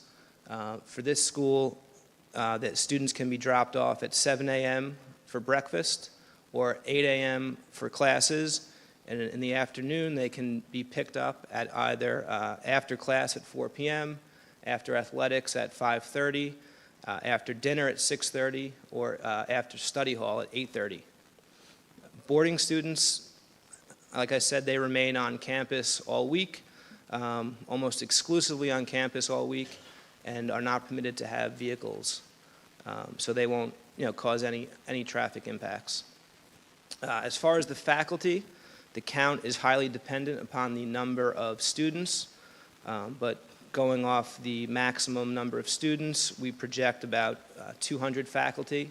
That includes that includes teachers, administration, staff, kitchen staff, security, et cetera, et cetera. And staff arrival and departure times are also staggered in the morning and after school. As Casey indicated, there will be on-campus living accommodations for a limited amount of faculty, but at least 25. So that also cuts down on potential adverse impacts of traffic. But in short, this is not like your typical high school. There's not going to be a huge influx or exodus of vehicles at any given time during the day. So with that, I will ask Nick Tortorella to come up and just give a brief synopsis of his traffic impact analysis.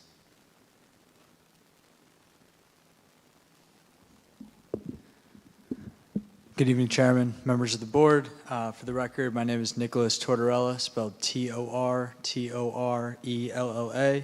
I'm a licensed professional engineer in the state of New York and a traffic engineering project manager with Stonefield Engineering and Design, 584 Broadway, Suite 310 in Manhattan. Just to quickly rehash, our proposed development is an expansion of the Harrow International School on the existing Amity University campus along the south side of Montauk Highway, designated as Suffolk County Route 85, and just to the east of the Lighthouse Commons Shopping Center. Our development plan, as our teams testified to earlier today, is 4 student housing buildings providing a total of 348 beds, 4 new faculty and staff housing buildings, expanded school buildings and athletic facilities, and continued operations of the existing Bourne Mansion, with it also functioning as the school's dining hall. Site access for the campus is currently provided along Montauk Highway at an unsignalized full movement driveway opposite Burrard Boulevard, in addition to an unsignalized right-in, right-out driveway approximately 300 feet to the east. With the proposed development in the future, primary site access would be provided at the existing driveway on Montauk Highway opposite Burrard Boulevard, and the existing right-in, right-out access to the east of Burrard would be maintained to serve the Bourne Mansion and games at the athletic complex directly along the Montauk Highway site frontage, which I'd just quickly like to point out, both of which would occur on the weekends and never at the same time. There would also be a new right turn ingress-only driveway constructed at the west end of the site frontage to serve the staff and faculty housing buildings, and additionally a new emergency-only access connection would be constructed at the east edge of the site frontage to Montauk Highway. My office prepared the traffic impact study that was submitted to the board on behalf of this application. And I do want to note that all of the traffic generated by the project during the critical weekday period would utilize, I should say, the main site access driveway opposite Burrard Boulevard. And we conducted our traffic analysis accordingly to conservatively model the future operations of that intersection. As part of the traffic study, we also analyzed key signalized intersections in the study area, namely the intersection between Montauk Highway and Oakdale Bohemia Road to the west of the site and directly adjacent to the train station, as well as the intersection between Montauk Highway and Brook Street, located to the east of the site. With respect to the trip generation, due to the unique operations of the Harrow International School, specifically how many students would be housed on campus, we prepared trip generation projections for the project using operator data provided to us by the school's administration. Because ITE, or the Institute of Transportation Engineers, does not have published data for a land use private school or charter school that's directly applicable to what we're talking about today, and I'll touch on that more in a minute. To quickly walk through that operator data, the maximum potential enrollment would be 435 total students. The 4 proposed student housing buildings would provide a capacity for 348 beds, which equates to approximately 80% of that student population. So at the maximum enrollment of 435 students, the Harrow School will have a capacity to accommodate 87 additional day students who would commute to and from the campus via private auto. So public school districts in the area typically provide free bus service to and from private schools within a 15 or 20 mile driving distance radius of the campus. That distance does depend on each individual school district, which for the Harrow School essentially amounts to a school bus service area that extends as far west as East Massapequa and as far east as Shirley. So the Harrow School indicated that a significant majority of the day students would live within this school bus service area, hence the reason that they would not pay for on-campus room and board. But conservatively, we assume that only half of the day students would commute to and from the school via those buses. For the remaining 44 day students, we assume that they'd be dropped off and picked up by private vehicle, with an average vehicle occupancy of 1.5 students per vehicle, based on a study of private school commuting patterns published by ITE. That study will be appended to the next iteration of the traffic study submitted to the board in response to some comments we received today on this application. There would also be 200 daily staff members at max enrollment on campus during school operations. At least 25 of those staff members would live in dedicated on-campus housing. And the remaining 175 staff members would commute to and from the campus during the morning and evening periods before and after school, respectively, and we assume that each would use their own private vehicle to commute to and from the school. So with the student and staff faculty trips distributed throughout the morning and evening periods, our proposed project is anticipated to generate approximately 136 total vehicle trips in the weekday morning peak hour on Montauk Highway, which was observed to be 7:30 to 8:30 a.m., and approximately 60 total vehicle trips, or 1 per minute, during the critical weekday evening peak hour on Montauk Highway, which was observed to be 4:30 to 5:30 p.m.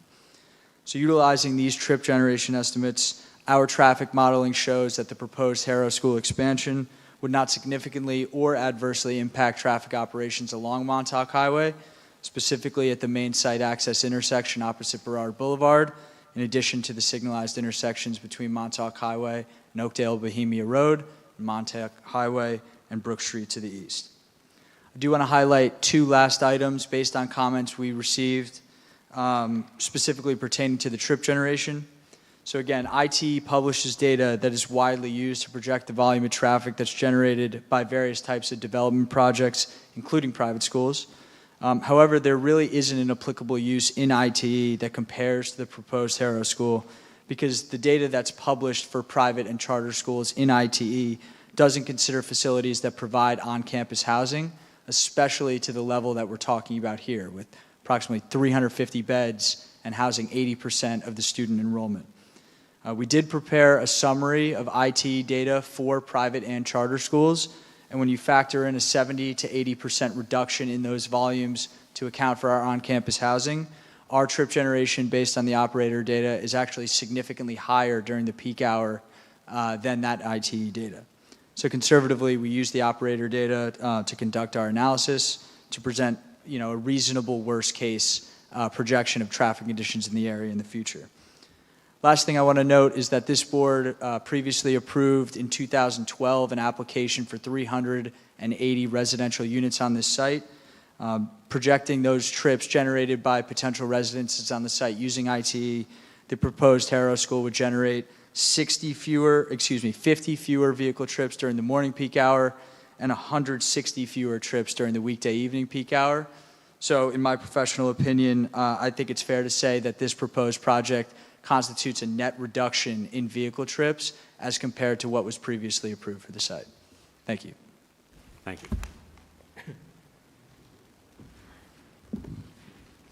Okay, before I wrap up, I just want to note that the proposed campus master plan is compliant with the town's subdivision and land development regulations, including parking. The plan also complies with all of the town's zoning regulations except for height.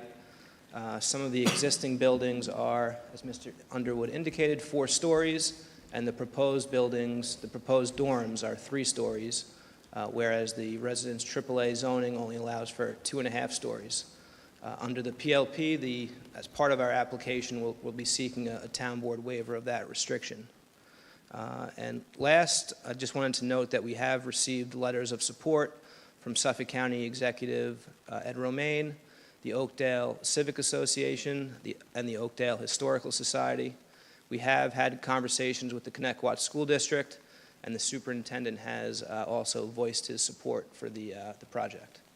So with that, I'd be happy to answer any questions the board has. Thank you. We have nobody who wants to speak on that, so I'm going to go to Mr. Colgan for a staff report, and we'll come back for any questions.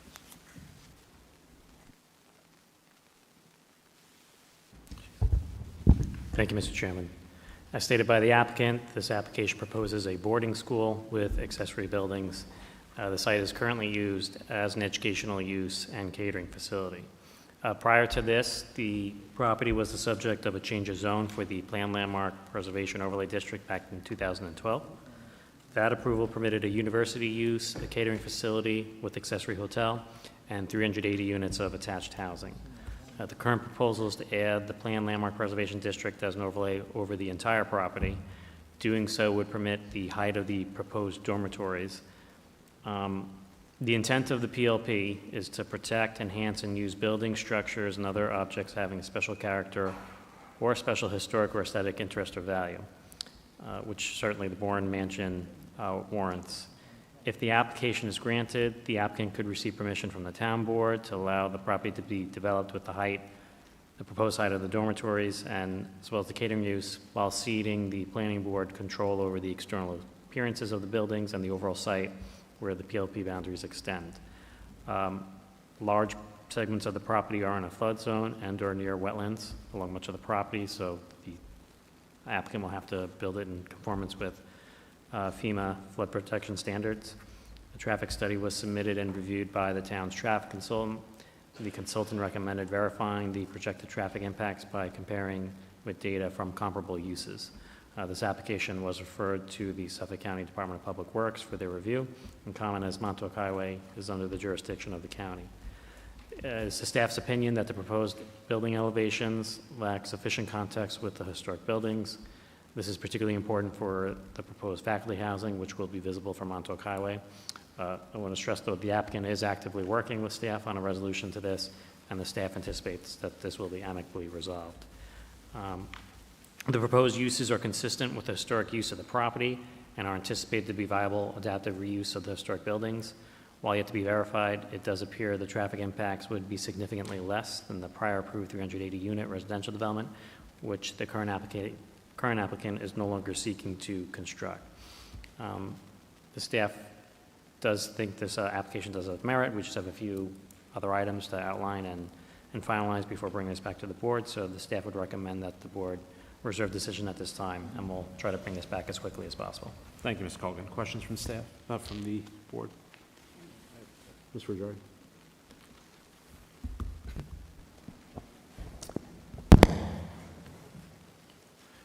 there's a lot of dark green on the plan, which is open space. Is that slated for some type of preservation through a conservation easement, or is that something that's subject to future development? We have not discussed a conservation easement, but putting the PLP in place, any future development would obviously have to come back to this board for your approval. But as of right now, we are, the plan is as you see it. That's what we're proposing.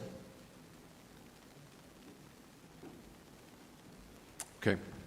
I mean, Yeah, no, typically when I see dark green on a plan like that, it's open space that is, not going to be developed. So if there are areas that are subject to future expansion, I think that's something this board should know about. I mean, I'm very supportive of the use. I think it's a great use. I'm not concerned with the trip generation and the traffic. This is a big site, and if we approve something, I think we have to be, looking for the future. yeah, I think most of the dark green is the tree line. It's not, as of right now, it's not slated for any future development. All of the development is going to occur right in the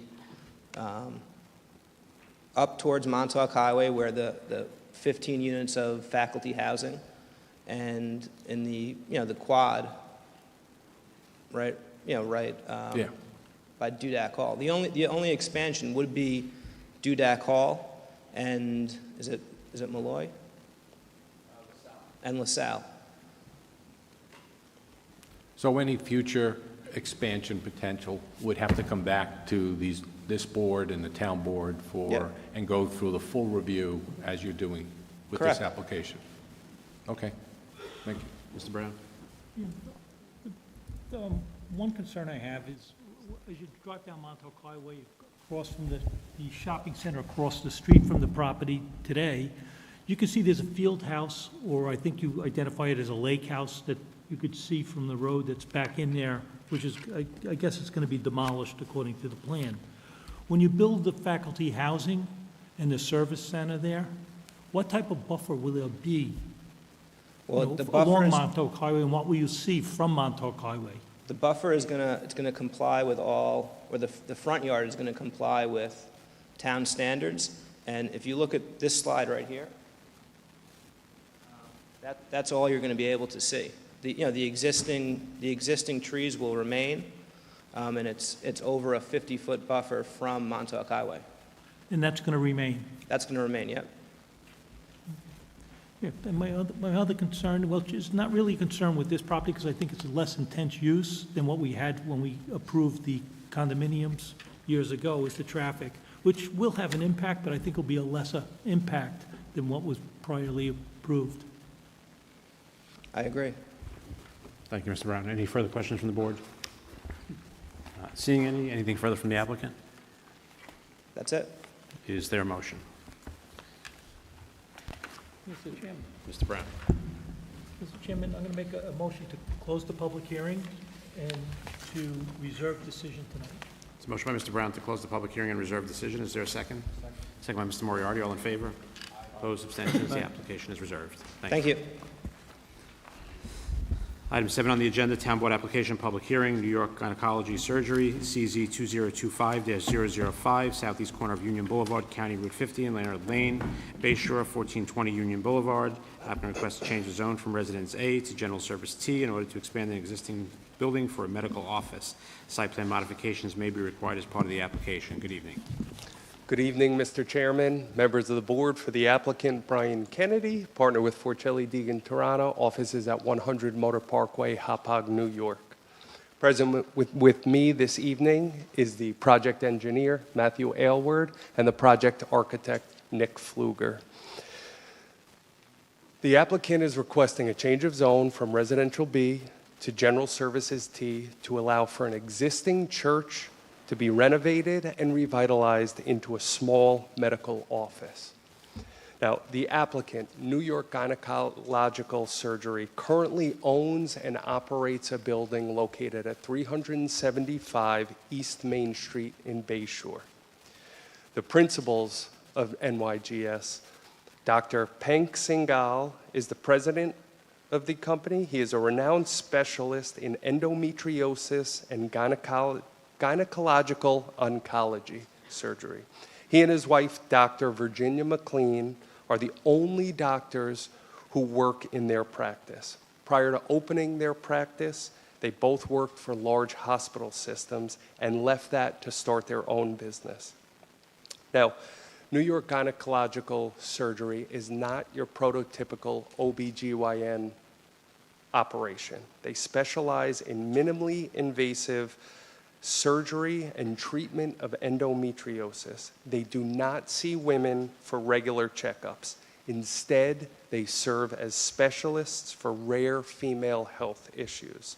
They consult patients in their offices. However, all surgeries occur at nearby hospitals. There will not be any surgery performed at the subject location. Now, Dr. Singhal and Dr. McLean are both Bayshore residents that live and work in this community. Their practice has outgrown their current space, and they are looking to continue to serve their patients in Bayshore. They have no desire to expand their practice and need additional space to conduct their business. Now, their plan is to close their current office and move to the proposed site at 1420 Union Boulevard, which is just a mile and a half away from where their current operations are Mr. located. Kennedy, as you're speaking, could you turn those Sure. around? There are people here from the community who probably would like to see what you're talking about. So, thank you. Okay.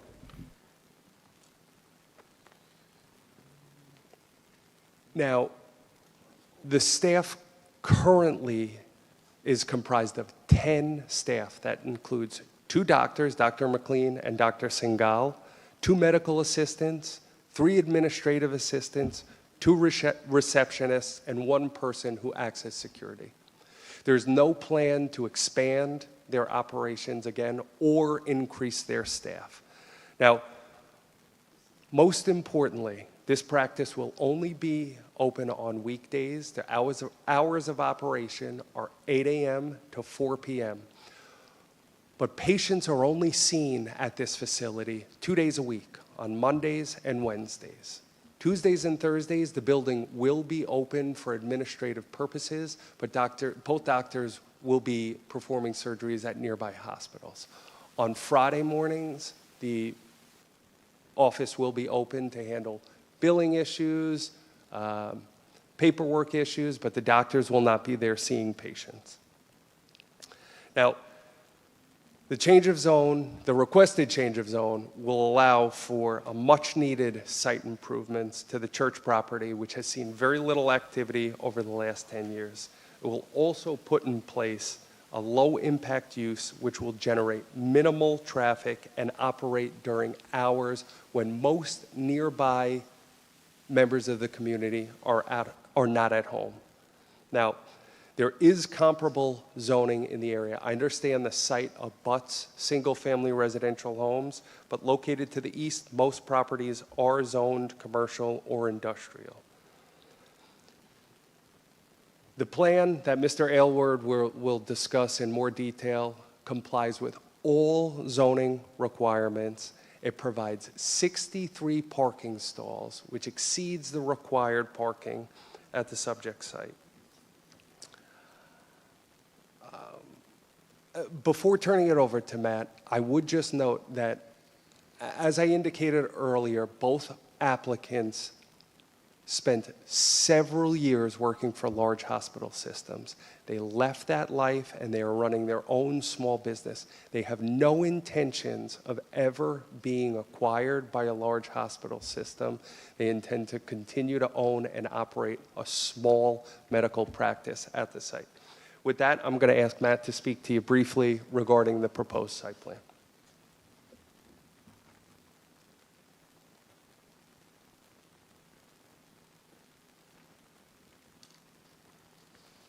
Good evening, Matthew Aylward with R&M Engineering, office at 50 Elm Street in Huntington, site civil engineer.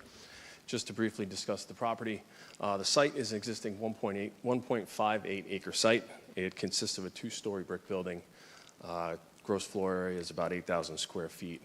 We're proposing a small lobby addition of 587.5 square feet on the right side of the building, on Union Boulevard side. South of the existing building is a current parking lot. We're going to be improving that with the 63 parking stalls that Mr. Kennedy had spoke about. Access will be off of Community Road only. Additionally, what we're going to do is we're going to supplement the west side and the south side with evergreens and street trees.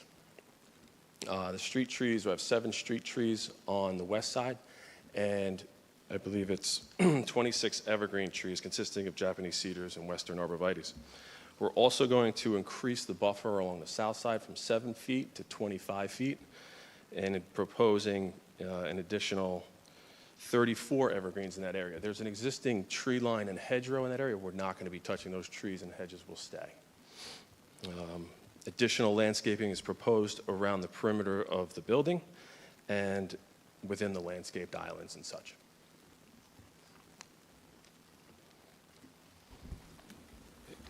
Can I just ask a question grammatically?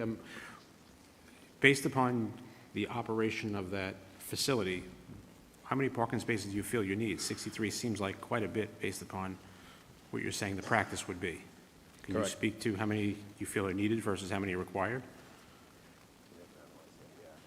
We haven't analyzed that yet. The 63 stalls that are provided are just based on the town code of 1 per 150. So, I mean, somebody from the practice should know what their typical day looks like. I mean, how many? I can tell you typically they see approximately 3 patients per hour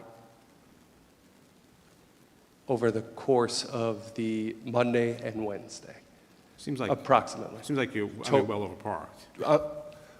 Which, listen, if planning would like us to reduce the parking and increase landscaping at the site, we'd be happy to do so. However, our original plan was to comply with all zoning requirements. Listen, from the way I look at it is I heard your comments earlier, you are in the middle of a single-family residential area. There may be further down the street, there may be other uses, but where that building is located is typically a single-family residence area. So even to look at this, which I don't know where I stand on it at this point, but to even consider it, if you have something that requires 63 parking stalls to fully operate, it doesn't work for me to even, as a starter, to be in the middle of that residential area.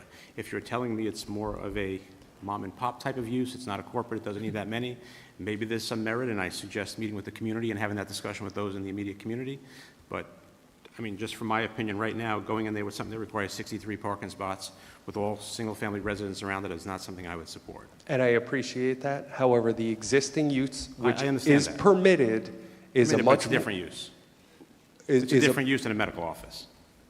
I completely understand that. It has different hours of operation and has a much more significant impact on the neighboring community during the evenings and weekend hours. There will be no hours, they will not be open on weekends or evenings. Yeah, I think you need to do some research and answer those questions to satisfy this board and also the community. We'd be happy to prepare a parking analysis as well, or land bank as much parking as the board or the community would like to see. Yep. Okay. I'd just like to ask Nick Pfluger of Bowler Pfluger Architects to speak briefly to the proposed renderings. I will note that this is the second set of renderings that were prepared. Our initial renderings looked a bit different. They were more appealing, in my opinion. But based on comments from the town, they asked us to attempt to preserve as much of the existing facade as possible. Good evening. My name is Nick Pfluger, project architect of Bowler Pfluger Architects, 85 East Main Street, Bayshore, New York, 11706. As it was mentioned, we're proposing an addition on the north side of the building. This addition would only consist of an entrance lobby, an elevator, and a stairway. The floor to the addition would be at grade. It's important to note that the existing first floor is approximately 3 feet below grade, and then the second floor, of course, is above that. We're also proposing to build a gable-style roof on top of the existing structure The purpose of this was to give the building more curb appeal and to make it feel more residential rather than having something that had a parapet with a flat roof. As for the existing facade, at the recommendation of planning, we have kept the existing brick veneer intact. We are proposing new black frame casement style windows on all sides of the structure with a precast lintel and sill, again to give more curb appeal. For the addition I mentioned, we're proposing a beige hardy plank siding that would go along with the existing brick with a half brick wall at the base of the addition, again to blend in with the existing facade. We're also proposing a board and batten type siding up in the gable. If the board has any questions, I'd be happy to answer. Thank you. Thank you. Mr. Chairman, that concludes our presentation. If the board has any questions, I suspect there's some public comment. We'll go to public comments. Staff report will come back for questions. Mr. Brown? Don Hahn?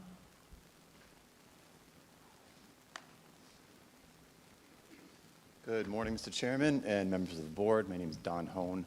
I'm a 20-year resident of Bay Shore, 10 years on Lanier Lane opposite this property.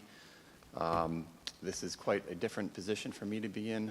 This June marks my 25th year in a career of land use planning. It was June of 2000 that I walked into Mr. Robinson's office and he recommended me over to an adjacent consulting firm. So if anybody's to blame for my existence in the land use profession on Long Island, it would be Mr. Robinson.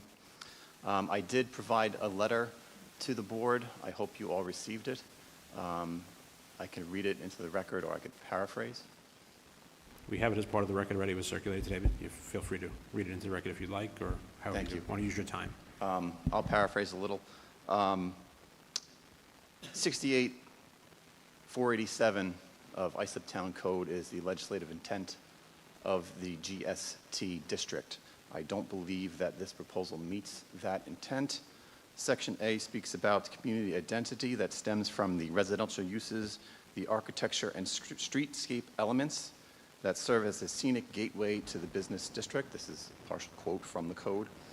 I would argue that this property is not the gateway to the business district, but rather the gateway to the residential district.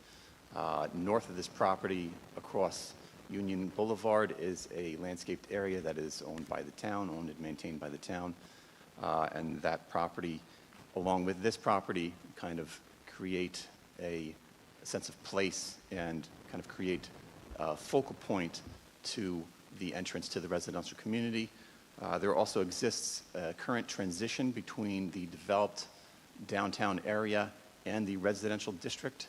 If you travel west along Union Boulevard from the train station, you have the developed area around the train station, and that transitions into a mix of single-family and small business uses on both sides of Union. However, that business district ends abruptly at Clinton. There are no commercial zoning districts west of Clinton. You have to go 1.7 miles all the way to Robert Moses Causeway to find the next zoning district. I think that is also GST. The property as it exists, well, I guess I could speak more about the legislative intent because that's important. Section B contemplates the development of properties under the existing zoning. So this implies that properties that you should contemplate changing the zone to GST should already be zoned business. This property is not already zoned business. Section D of that part of the code describes what property should receive this zoning designation. I could paraphrase. Candidates for GST should not be located mid-block among other single-family dwellings unless adjacent to institutional uses or a mitigating circumstances exist. This property is surrounded entirely by single-family homes. I do not see any mitigating circumstances that would lend this property to be changed to GST. About the property itself, it does sound quite appealing. It does sound like it is a lower intensive use than I think what we were all thinking. However, our concerns, I believe the concerns of my neighbors, would be what could possibly happen if this business does not work out, or it is successful for some time and then transitions to another property. What would happen to this property if that happened? The GST zone allows a multiple of uses that I don't think are compatible with the single-family residential uses. Union Boulevard is a collector street. You're looking to add a substantial amount of commercial traffic to that collector street. Also, the only access off of a residential side street has posed problems where it's occurred around Long Island. That is not necessary. A good indication of whether or not this property should be rezoned is the availability of a curb cut on Union Boulevard. It's not likely that the county would approve a curb cut onto Union Boulevard, and I think that should serve as a good indication of whether or not this property should be rezoned. Son, I'm just going to ask you if you to wrap up and submit the rest in writing. Sure. We have a lot of people who filled out cards who'd like to be heard as well. I'd like to read my last paragraph. The eminent sale of the church property represents an opportunity for transformative change. This opportunity should be used to cement the subject property into the surrounding community as a gateway to the residential district as you leave the more heavily developed downtown area. Not only does the property fail to meet the criteria of the GST zone, changing the zone would expand the existing transition into an area that is solidly residential. As a resident, I oppose this.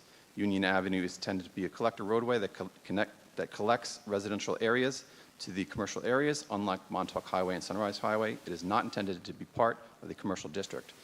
Introducing additional commercial traffic and commercial uses into this section of Union is unnecessary, out of character, and changes the intended use of the road and sets a precedent for future encroachment into the residential district. Thank you. Thank you. And if there's anything you want to submit in writing, we will make it part of the record. Excuse me. Lori Dunn?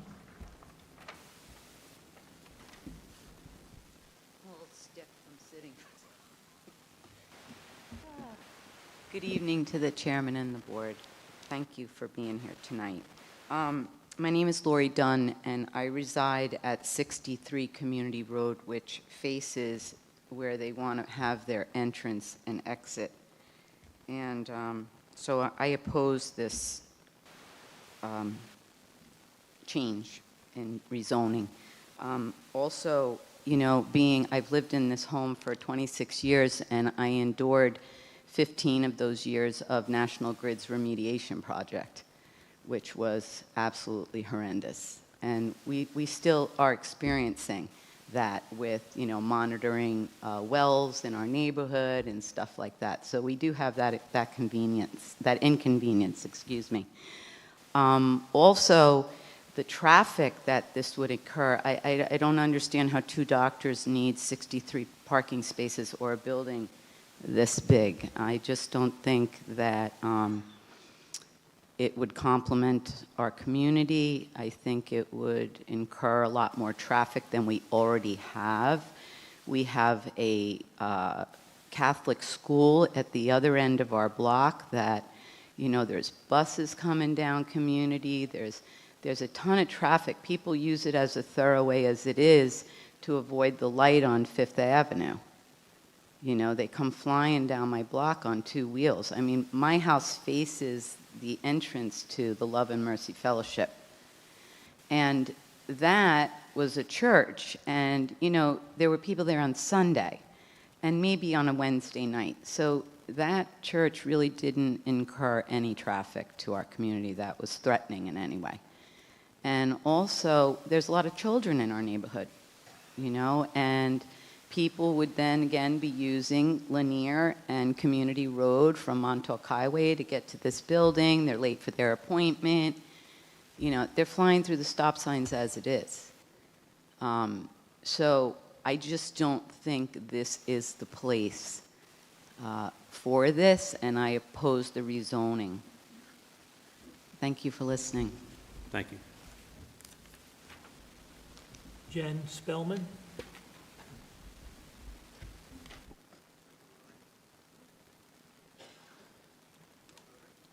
Good evening, Board and Chairman. My name is Jen Spellman. I live at 54 Lanier Lane in Bay Shore. My big picture window of my home faces this parking lot. On Lanier, it is a crossroad between Union and Montauk Highway. On my own block, several of the residents put up orange cones because the traffic going down there is so fast. At the other end of my block is Newlands Ford. We constantly have these huge trucks filled with cars coming back and forth. I have been a resident there for over 35 years. I walk these streets every morning for 90 minutes. How I haven't been run over is truly a miracle. So we do have a huge traffic problem. We have on Union is now a single lane. If you look at Union, where we are, there are significant little medical buildings. All of these medical buildings have traffic to them. I'm the fourth house from Union. When I come out of my block, it's like joining a parade. It's constant traffic. Twice at the same medical building, at the same time, 1 week apart, I was hit in the back while I was waiting at a light. People are on their phones. Traffic is terrible. We have flooding on my block, bad flooding, from Cooper to Montauk, and that water comes all the way down. We live on a toxic plume. I've been fighting this fight for 20 years. People next door to me, not the person here, they've lost multiple children through miscarriage. Across from me, babies born at 5 months. People on the other side died of cancer. People behind me, both twins, leukemia, dead. This entire block has suffered so much. I have National Grid coming, taking all kinds of water tests. They changed all the parameters of this toxic plume, which is under this property. I have not had one sip of water since I moved in my house in the 80s. Not me, my family, my children. I don't even make pasta with the water. We are in a very dangerous toxic plume. I have never planted a tomato plant that was not in a pot. Can't be in the ground. The water table is so high, this stuff just gurgles all over, kills a lot of the trees. Now, the next problem I want to talk about, this is a large church. They had one sermon on a Sunday, and that was it, and it was a very, very small church community. So we weren't worried. In fact, I donated a ton of things to them all the time. She had a very small population. So I'm wondering, a building of this size, 2 doctors? No, there's not going to be 2 doctors. There's going to be doctors and PAs and other doctors coming in there. It's not a 2-doctor building. And so lastly, I want to say, this community needs a break. I need a break. I don't need this building right across from me, all this unnecessary traffic, havoc in my life. I've already got this for all the years I've been there. So I implore you, please think twice about me and the residents and the dead residents from the stupid toxic plume that has not been resolved. We don't need any more. Thank you for listening. Thank you. Derek Lustig.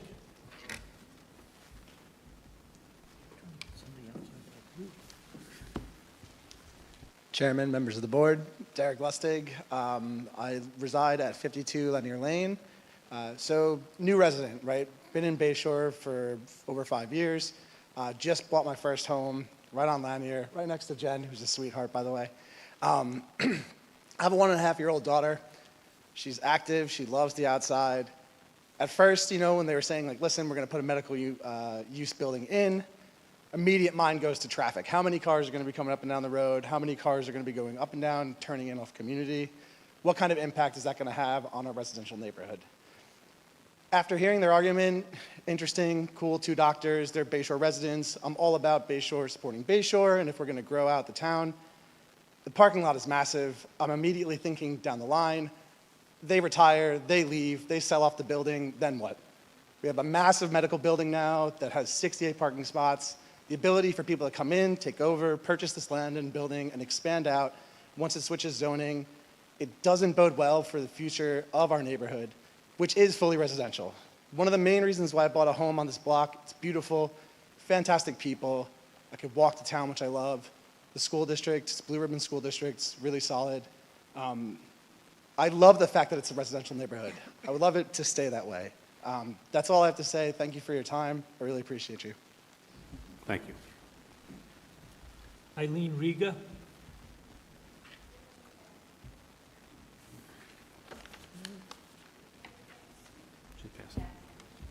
Tim Crichton. Hi, I'm Tim Crichton. I live at 60 Linear Lane, directly across the street. I'm going to cancel my comments. I think they were all spoken by my neighbors. You either just speak up, she's keeping a record of everything, or use the mic. I'm going to cancel my comments. I live at 60 Linear Lane, directly across the street. I would say my biggest concern, aside from everything that's been said already, is the future. You know, I saw the size of the addition and the size of the parking lot, and I have concerns that this could grow into something very much non-residential that doesn't belong in our neighborhood in the future. Although the photos and everything look nice, I side with my neighbors and hope you vote against this. Thank you. Annabelle Dorini.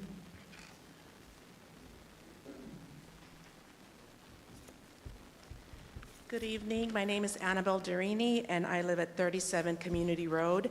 One of the things that really worries me about this is what everybody has been saying. It's right in the middle of a residential area. Literally all four sides, there's a single-family home. And if you picture Lawrence Farms, that area, we have at least 20 kids that are under the age of 12 just on Community Road from Union Boulevard to Montauk Highway. And these aren't all iPad kids. These are kids who are playing outside, going to each other's homes. Anytime that you go, either on the weekend or after school, it's just kids running all over the place. In addition to that, the whole neighborhood is very active. At any time that you drive by, there's people walking their pets, there's people just walking with their children, just taking a walk, and that includes around this property. We do have a lot of young boys that are very active. They play games on the streets, they go to each other's homes, and it's very close to where this potential construction site could be. And I'm also worried about these boys being a little too curious and maybe getting injured trying to check out what's happening at this property. The other thing I also want to repeat that everybody's been saying is just the traffic. You know, we are between Montauk Highway and Union Boulevard, and especially Community Road. At the end of the street, it's St. Patrick's School. My daughters go to St. Patrick's School, and we walk them to there every day.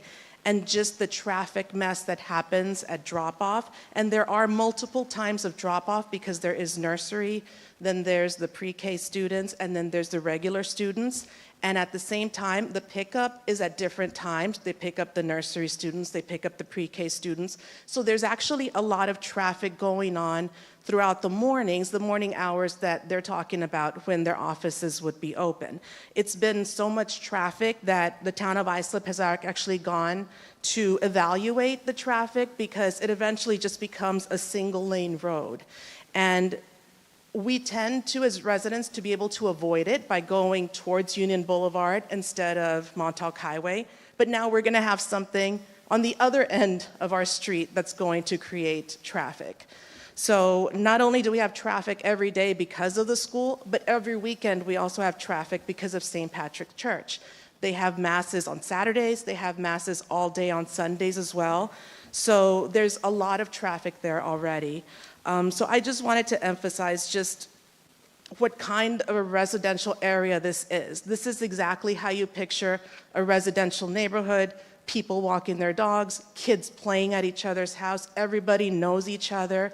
It's just a great neighborhood, and it's not a place to just put a commercial building right in the middle of all the houses. And I know they mentioned that across the street, there's a little area owned by the town of Islip, or I don't know if it's Suffolk County or town of Islip, but it's literally just a median.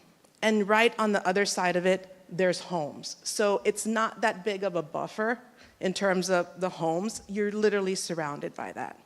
Thank you for listening. Thank you. Christina Papadopoulos?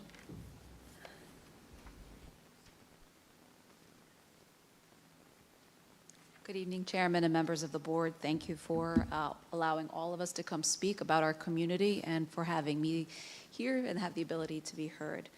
I did work actually and talk to Mr. Hahn a lot about what he submitted, and I just wanted to say I support what he submitted in his application. He actually had copied me on what he submitted, so I just wanted to put that on the record as well. Did not submit formal comments, but I did have a few other things I wanted to mention about the specific proposal that I thought would be of interest to the town to hear. I live at Hemlock Lane, which is a part of Lawrence community. I've been there for quite some time in Lawrence community. My parents live on Sunset Road, so I've grown up there more than about 35 plus years, I would say. It's a wonderful community. I chose to come back and purchase a home in this community because I knew how wonderful it was to grow up there, and I wanted to raise my family in the same community. I want to mention that my specific piece of property, which is a part of the Lawrence Farm Corporation, which I believe was established in 1925, has certain covenants and restrictions that run with the land. It's specifically in my title report and Schedule B where there are exceptions that are listed there that require that the properties on Lawrence Farm, or at least in my parcel, and I assume for the rest of the parcels, be only used for single-family use and that they be a two-story maximum. This proposal of changing that and making it into a commercial property could potentially go against whatever covenants and restrictions are running with the land. This building specifically was the Masonic Temple at one point, then became Beloved Mercy Church, I believe, in 1998. And this parcel does sit with what is considered to be the Lawrence Farms community. There are other restrictions associated with Lawrence Farms concerning renting restrictions. So I just asked that the town or the applicants research that a little bit more to see if it's even possible, as it does run with the land. I did ask a title company to look into this, and it's quite costly to do the search, so I did not do the search, and I did not have the time to do the search, but I thought it was of interest to share what they found, and what they said that the subject premises is currently a church and was formerly a fraternal lodge. There are 3 to 5 splits in the deed chain and will need to go back well over 75 years to research the covenant restrictions. The names that we will need to run for covenant restrictions are very heavy in the county-wide and the town of Islip deed indices. We anticipate many deeds to examine as a result. Not in that kind of business, but for whatever that's worth, I just wanted to mention that as well for consideration. Lastly, I want to also mention a couple more things, I'm sorry. One is that the property values in this area have increased tremendously. I did a couple of searches of real estate listings and things like that and summaries, and most of the homes in Lawrence Farm communities are sold within 9 days of listing.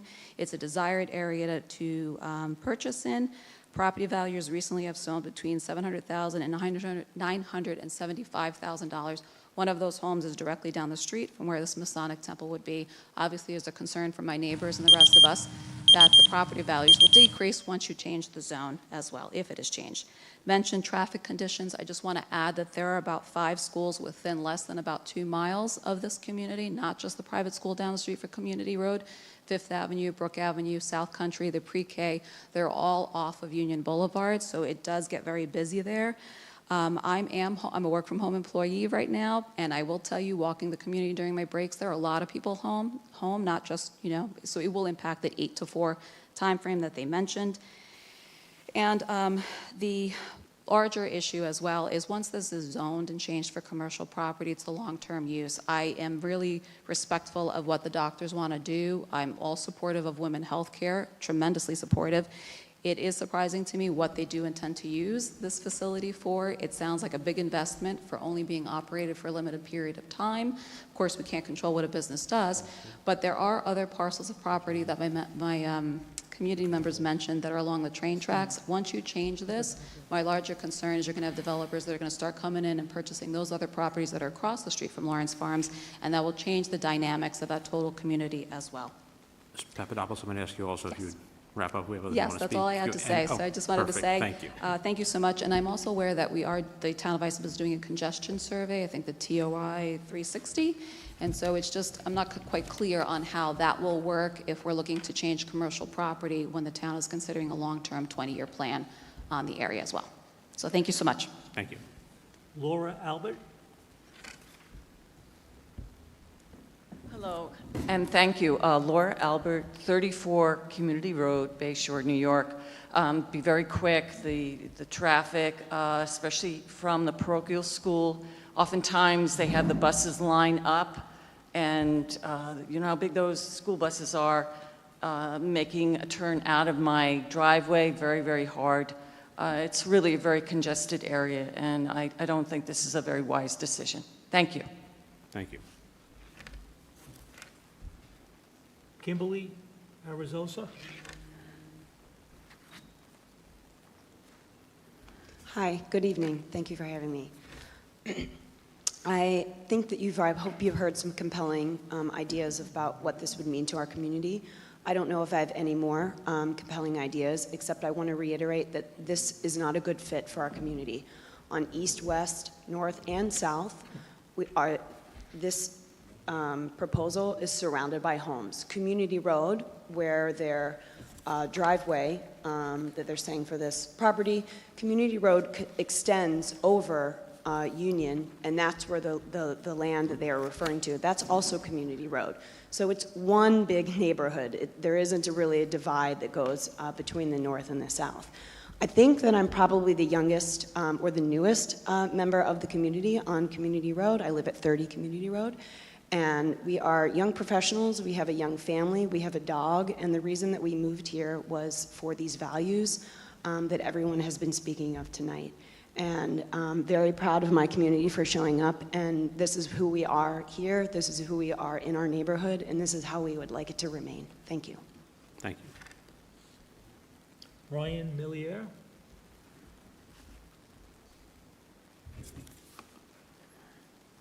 Good evening. Please pardon my appearance. I got home from work at 4, had to cut the grass, and here I am tonight on behalf of my wonderful neighbors. My wife and I live at 36 Community Road. We've been there for 16 years. I have 2 school-age children. In the time that we moved in, I believe we're up to 14 or 15 young children on the block. We're always out with our pets. We're riding bikes with the kids. It's a dangerous place with traffic. I have been on calls with Town of Islip since we moved in. I was told it was my fault for buying a house that was located on an artery, which is what Community Road is referred to because they cut through Union to get to Montauk. I'm at a point now where I just stand in the middle of the street and I wait for cars to either hit me or slow down because that's how dangerous it is. So the renderings look beautiful, the photos, they're gorgeous. They don't belong on Community Road, they don't belong in Lawrence Farms, they don't belong anywhere near this residential area. For you to approve this tonight, if you were to approve it, you'd be saying yes to more dangerous conditions. So the question I want to ask is, are you prepared to do that tonight? Thank you for your time. Thank you. Steve Carrasco? That's it. Good evening, Stephen Carrasco, 34 Community Road. And they echo all of what my neighbors have said. And there's just even more than that, other than buses, you know, coming and going all during the day because they come in the morning, they leave in the afternoon. The hours of 7 o'clock until 9 o'clock in the morning is tremendous traffic time. I try to go from my home to go east or west, and it's always backed up. It's a big botch up. And the same thing when it's from 4 o'clock until 6 o'clock in the evening. It's the same thing. And I just want to also add that when there's a parade, anytime there's a parade, they line up, they park all over our street, up and down both sides, and you can only fit one car because there's not enough width in the road. And in the buses, once every Friday of every month, the school gets out early at the St. Patrick's School, so they line up again, right from from Montauk all the way to the end to pick up the kids because they do some kind of special thing. They let them go at 1 o'clock. And the other thing is St. Patrick's. When they have funerals, then you have the hearse going north on community, and it's just a big, long line. It's a bad thing. And just to see this here, this rendering, it's just ludicrous. You have one ingress, one egress for this parking lot, and it's on Community Road. It makes no sense. And what's Bay Shore all about right now? Expansion, expansion, expansion. You put this in here, and then in a few years, Northwell's going to come in and say, oh, we'll take this over, we'll do this, and we'll take all the other, on the other side, the north side of Community Road. And that's what you're getting into. Gentlemen, ladies, thank you very much. Thank you. That's the last card we have. I'm going to turn to Mr. Colgan for a staff report.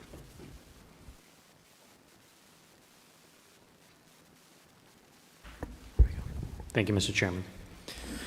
Stated before, this application proposes a medical office in place of an existing church. Prior to this, the property was the subject of a planning board application to reduce the residential buffer along the south side to 6 feet for the church use back in 1997. The general service T district is generally preferred in areas between commercial and residential properties. The surrounding area does consist of primarily single-family dwellings. The subject site is somewhat unique in that it has historically been used for an institutional use, first apparently as a Masonic lodge, and then later as a house of worship. Excuse me. The conceptual site plan exceeds the landscaping requirements and meets parking and buffer requirements. A variance would be needed from the Zoning Board of Appeals for exceeding the maximum lot area. The site plan otherwise complies with the requirements of the general service T district. The proposed building elevations show a significant portion of the building to be preserved, as well as an extension with dormers. The planning department has received written comments, which we have shared with the planning board from the public, concerning the introduction of a commercial use in a primarily residential area.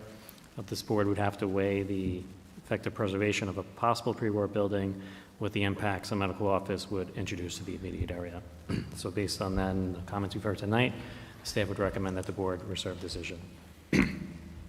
Kennedy, how do we get past the fact that there's residential, single-family homes all around it? I will note that the National Grid facility that I believe I'm sorry, I forgot your last name. Ms. Dunn made reference to is approximately 500 feet away from the subject location.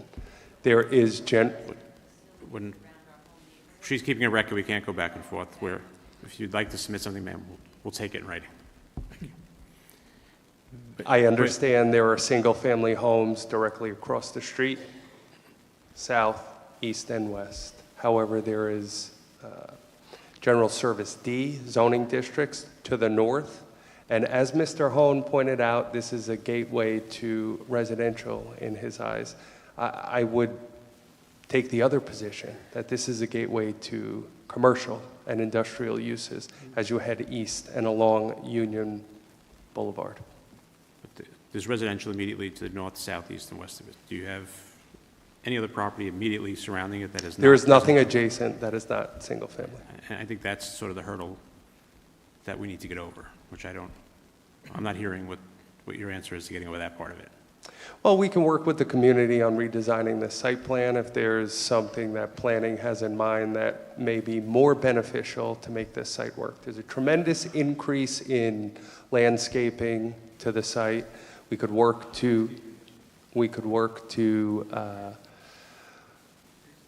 address any traffic concerns that may arise out of this. However, this traffic exists in the Bay Shore community. This facility exists already, 1.5 miles away from where it is. But I'm going to turn to Mr. Brown. I'll come back. Yeah. Looking how it is isolated in residential property, you know, I feel that the zoning as residential property is correct. Okay. You know, when you're coming here asking for a change of zone. And in my experience, I guess 14, 15 years on the board, all the medical offices that we've approved in the years, over the years, and there's been probably too many of them, but the traffic impact and the complaints afterward and everything have been tremendous. It's never been a perfect neighborhood neighbor. So I won't be able to support it for that reason tonight. I don't know what my other colleagues feel. Further, Mr. Frugiero? You know, whenever we consider a change of zone application, that's probably the largest, burden of proof is on the applicant. Because when you're dealing with a special permit, they're permitted uses, they need special permits. This is a complete change of zone. And when I take a look at the general service T category, it's a transitional zone. And typically that's reserved for when you have business uses and then you're transitioning to the residential uses. Here you're surrounded by residential, so I don't know how the word transition gets in there and how that complies with the spirit and intent of our code. That's one of my concerns.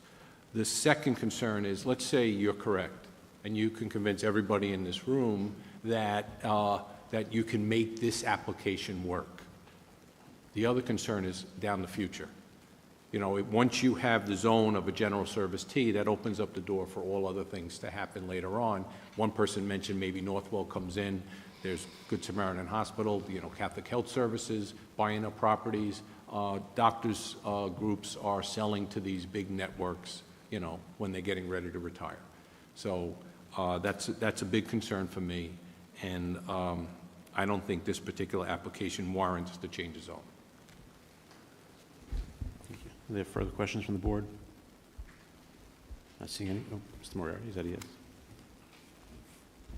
Thank you, Mr. Chair. I would concur with Mr. Brown and Mr. Ferriggiari. I just don't see it as a good fit at this location.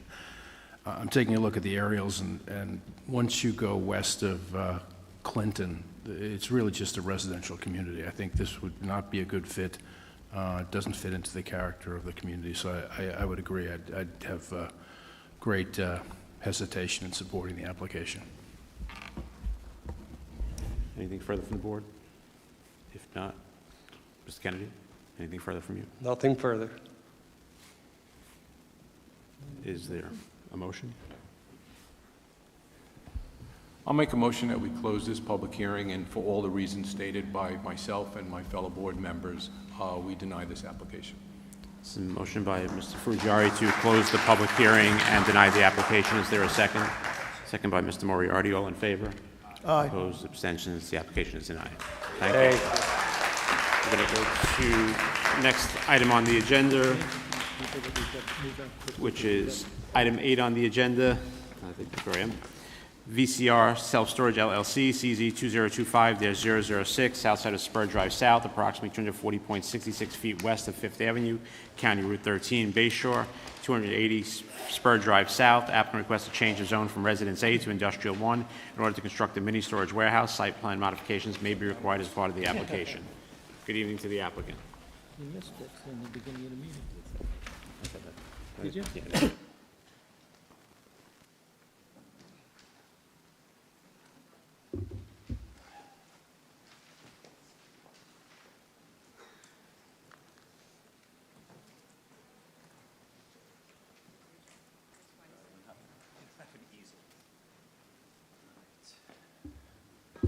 Good evening, Ron Villano, registered architect for project at 280 Spur Drive. We're proposing a self-storage facility. This is a rendering of the facility, site plan. We've been reviewing this with Sean.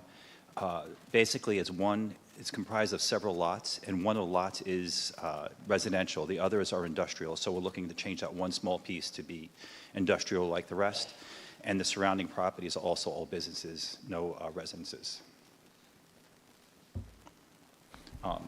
Any questions, or Sean, if you want to, because we've been reviewing this in person. We have no comments on this. I'll go to Mr. Colgan for a report.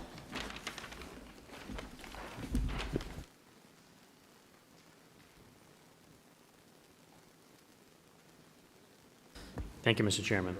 This application proposes a self-storage facility on property improved with a single-family dwelling. A portion of the property is zoned residential, which necessitates the change of zone to all industrial. The surrounding area consists of commercially zoned properties, including industrial zoning. Self-storage facilities are generally considered low impact, which is preferable for this obscure location, given its proximity to the exit from Southern State Parkway. The conceptual site plan shows 25% landscaping, Variances will be needed from the Zoning Board of Appeals, including not having a lot width of 100 feet along the street frontage, and for the driveway not having the required 10-foot setback from either property. The applicant is seeking an FAR of 1, which requires superior architecture and a green technology component. The staff is awaiting on confirmation that the bonus criteria for the FAR 1 is being met per the proposed site plan and elevations and the front yard landscaping. The staff would recommend that the board reserve decision tonight to review compliance prior to bringing this back to the board for a decision. Thank you, Ms. Colvin. Any questions from the board? The applicant like to add anything further? Anything further from the applicant? Nothing. Thank you. Is there a motion? Mr. Chair. Mr. Moriarty. I'd make a motion to close the public hearing and reserve decision this evening. Thank you. There's a motion by Mr. Moriarty to close the public hearing and reserve decision. Is there a second? Second. Second by Mr. Rulon. All in favor? Aye. Opposed? Aye. Abstentions? We're reserved. Thank you. Thank you. As I said earlier, item 9 is adjourned. Item 10 on the agenda, site plan modification decision item. Michael Way, SP 2023-020P3, northeast corner of Sunrise Highway, Service Road, State Route 27, and Broadway Avenue, Holbrook, 5801 Sunrise Highway. Applicant requests to modify the site plan layout to permit a standalone bank, a building with 2 restaurants, and elimination of a proposed drive-through. A 1-story building addition for a health club in lieu of a restaurant, and a building extension to square off a building pursuant to CC 5417, covenant number 11. Good evening, Ms. Kennedy. Good evening, Mr. Chairman, members of the board. Brian Kennedy for the applicant, partner with Forcelli Deegan Toronto. As the chairman called out, there are some minor site modifications. The applicant has been before this board several times on the revitalization of the former Sunvet Mall. We were last before you in April of last year, requiring modifications to the imposed covenants and restrictions. As we have moved through this development, there have been some minor site modifications, eliminating a drive-through at Building 2 to allow for 2 restaurant tenants, change of tenancy for Building 3 to allow for a fitness center instead of what was previously proposed as a restaurant. On Building 8, there's a small addition proposed to the southeast corner, approximately 1,200 square feet. These are all minor modifications. I do have Chris Robinson, the engineer of record, available if this board has any questions, but I'd ask for your approval on this. Thank you, Mr. Kennedy. I think we've all reviewed your submissions and are generally okay with it, so let's just turn to Mr. Colvin for a report. Thank you, Mr. Chairman. I'll be brief. The site plan originally approved showed a fast food restaurant drive-through, a restaurant on the southwest corner, and slightly small additions on 2 other buildings. When compared to the site plan we presented to the board during briefings, we agree that the aesthetics of the site would be improved and the traffic impacts would likely be slightly improved. Based on that, the staff supports the request and has no objection to the application. Thank you. Any questions from the board? Anything further from the applicant? Nope. Is there a motion? Mr. Brown?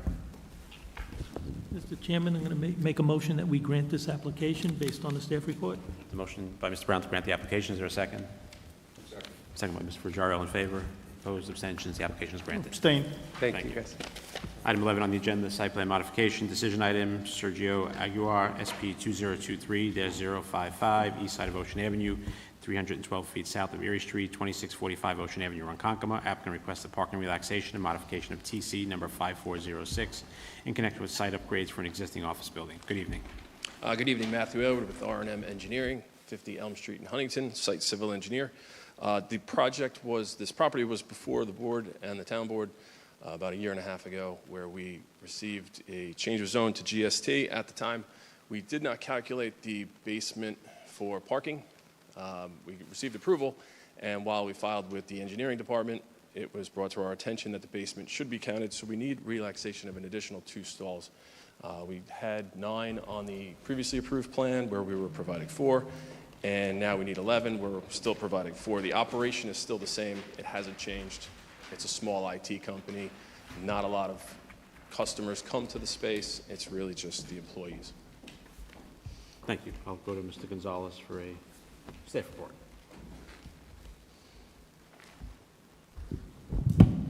Thank you, Mr. Chairman. As the applicant stated, this is a GST zone, almost half-acre site. Improve of the two-story frame dwelling and detached garage built in 1949. Was granted a change of zone under TC 5406 by the town board in November of 22. Became effective May of 23 for Res AA to GST to convert the dwelling to an office. Condition 7A of that application limited the size of the building to a maximum of approximately 1,600 square feet, exclusive of that detached garage. The applicant is now in for site plan review, and it was identified that the building contains a basement, which was not identified originally, but must be included in the gross floor area and parking calculations, which instead of the 1,600 would be a little over 2,500 square feet, exclusive of that garage. This basement will be conditioned strictly as storage. It cannot be used for office space in the same fashion that the detached garage was. The updated parking requirement, I know on the site plan, the 1 per 600 calculation was used because that was approved for the detached garage, so they used the same number for the basement. On the record, it has to be done as per the 1 per 200, so the actual requirement would be 14, but because it's being conditioned as storage space, the actual real-world application is much less in terms of parking required. So the change of zone did allow the 4 that are shown in the site plan, so that is not changing, that is remaining the same. As the TC was a recorded document, an additional set of covenants must be filed at the county clerk's office, as well as the town clerk's office, which revives condition 7A, but would not change any of the other additional original stipulations. I did see that there was a minor reduction in the front yard landscaping that may have not been identified during site plan review, but just so it's not a problem later on, I believe this is probably from the AD access walkway in the front. Basically, the original change of zone did not show a walkway from the ADA stalls in the front yard to the front of the building, and then that walkway goes around the north side to, I believe, a chairlift in the back. So it's really just a 5-foot walkway that goes along the front yard, so that's basically why the front yard number was reduced. So it's very minor in nature and actually necessary. So based on that, staff would recommend the board grant the application subject to finalization of the resolution and covenants with the town attorney's office and the applicant, of course, and the ultimate recording of that document. Thank you. Any questions from the board? Mr. Moriarty? Thanks, Mr. Chair. Question for Tanner. Will there be a covenant that addresses the storage space so that that space can't suddenly shift into otherwise usable space? So the original covenants from that change of zone just spoke to the parking relaxation, and the approved site plan basically calculated that detached garage as storage space. So the only covenant that's recorded against the property that's being changed is that square footage cap, but there will be conditions in addition to that, as we usually do on site plan mods, that speak to that basement and the garage being strictly conditioned for storage. So it won't be recorded against the property, but it will be filed with the town and on record, so. All right, thanks, Tanner. Questions? Is there a motion? Mr. Brown? Mr. Chairman, I'm going to make a motion that we grant the application subject to the covenants approved by the town attorney's office and executed by the client. It's a motion by Mr. Brown to grant the application subject to the covenants approved by the town attorney's office and signed by the applicant. Is there a second? Second by Ms. Wilson. All in favor? Opposed? Abstentions? The application is granted. Thank you. Item 12, Larry Gargano, SP 2024-029, north side of Union Boulevard, County Route 50, between 2nd and 3rd Avenue, Bay Shore, number 46-52, 2nd Avenue, number 55-63, 3rd Avenue, and number 1779-1805, Union Boulevard. Applicant requests site plan modification to relocate office space and a parking relaxation for a coffee shop pursuant to TC 5419. Good evening. Good evening, Mr. Chairman, members of the board. Larry Gargano, office at 5 Shore Lane, Bay Shore, New York. Principal of D&G Realty, the owner and applicant of the of the subject property. This evening, what we're here to bring to the board's attention is what we believe is a minor change to the original concept plan that was presented to this board and subsequently to the town board for a change of zone of the overall site to develop a mixed-use senior rental apartment building. The packet that has been handed to you has 3 sheets after the rendering. The first sheet indicates the corner of the building on 3rd Avenue and Union Boulevard, which would be the northwest corner of the building, now being shown to have an 1,100 square foot cafe-style space.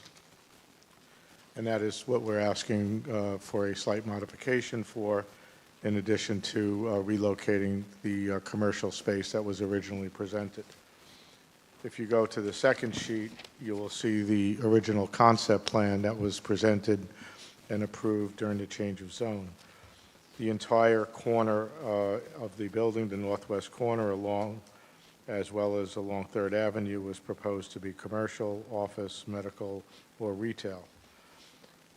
Beyond that was a separate podium-style parking area for residential use, but that parking area was divorced from the main entrance to the building and essentially a dead-end parking space. So the residents using that space would have to park their car, leave that space, walk through the parking lot to get to the main entrance of the lobby.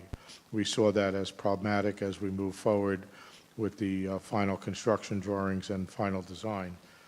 We also identified a problem with the parking distribution where the area that's highlighted in yellow, which we would ideally want to remain for our residents who are coming in and out of the building, and we felt that that space would be utilized primarily by the office or commercial space. So we just took a look at both of those areas and thought there was a better plan. So if you go to the 3rd page, what we did was we relocated the office space to the north portion of the building where there was plenty of parking on the north edge of the site, which could be deemed a little bit of a walk for potential residents. So we felt this was better situated for the office program. And not to lose the retail commercial component of the overall building and how it connects and communicates to the downtown, we added some building amenity space to that ground floor corner, which included our fitness center, our management office, enlarged lobby entrance, all connecting the building to the Main Street downtown, as well as strengthening the Union Boulevard streetscape. So when this plan was submitted for review, it was identified that there was some changes to the concept plan.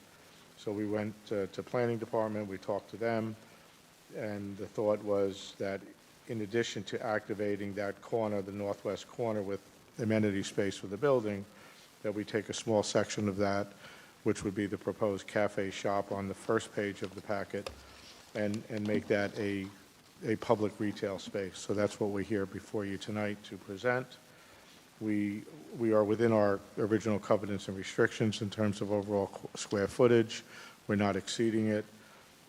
We do potentially need a parking relaxation for 2 or 3 spots. The original plan that was proposed and submitted for approval is 5 over the parking requirement. I think the 1,100 square feet would require 6 or 7 spots, so we're very marginally requesting a small relaxation. And that essentially is why we're here before you tonight. Thank you. I'm going to turn to, in 1 second, Mr. Colgan for a staff report.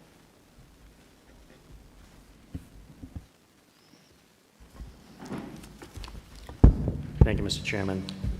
This application was the subject of a change of zone back in 2023. The site plan at that time showed the office or retail space fronting along Union Boulevard with the intention of providing public space and activity along Union Boulevard as it is the primary road. The staff had concerns that relocating the commercial space would deactivate the public space and plaza on the front corner. The applicant had agreed to provide a cafe use open to the public on the corner in addition to amenity space for the residential tenants of the proposed building. This is anticipated to keep the plaza space and focal point of the building active. The restaurant space increases the parking requirements by about 5 spaces, which is not anticipated to have an adverse impact based on the traffic study submitted on behalf of the change of zone. Based on this, the staff has no objection to the request and recommends that the board grant the site plan modification. Thank you. Any questions from the board? Anything further from the applicant? No. Is there a motion? Mr. Wilson. I'm going to make a motion to grant the application subject to the conditions. This is a motion by Mr. Wilson to grant the application subject to the conditions. Is there a second? Second by Mr. Brown. All in favor? Aye. Opposed? Abstentions?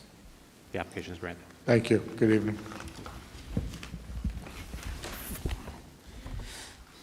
Planning board application, Carlton Avenue LLC, care of Georgica Green Ventures LLC, PB 2023-032, northwest corner of Carlton Avenue, County Route 17, and Brightside Avenue, through lot to Cordello Avenue, 1 and 29-31 Carlton Avenue, 5 and 9 Railroad Avenue, 1 Cordello Avenue, Central Islip. Applicant requests a modification of planning board special permit conditions in order to allow more time to consolidate tax parcels and to allow a New York State Homes and Community Renewal approved agency to review and certify compliance with the affordable housing provisions.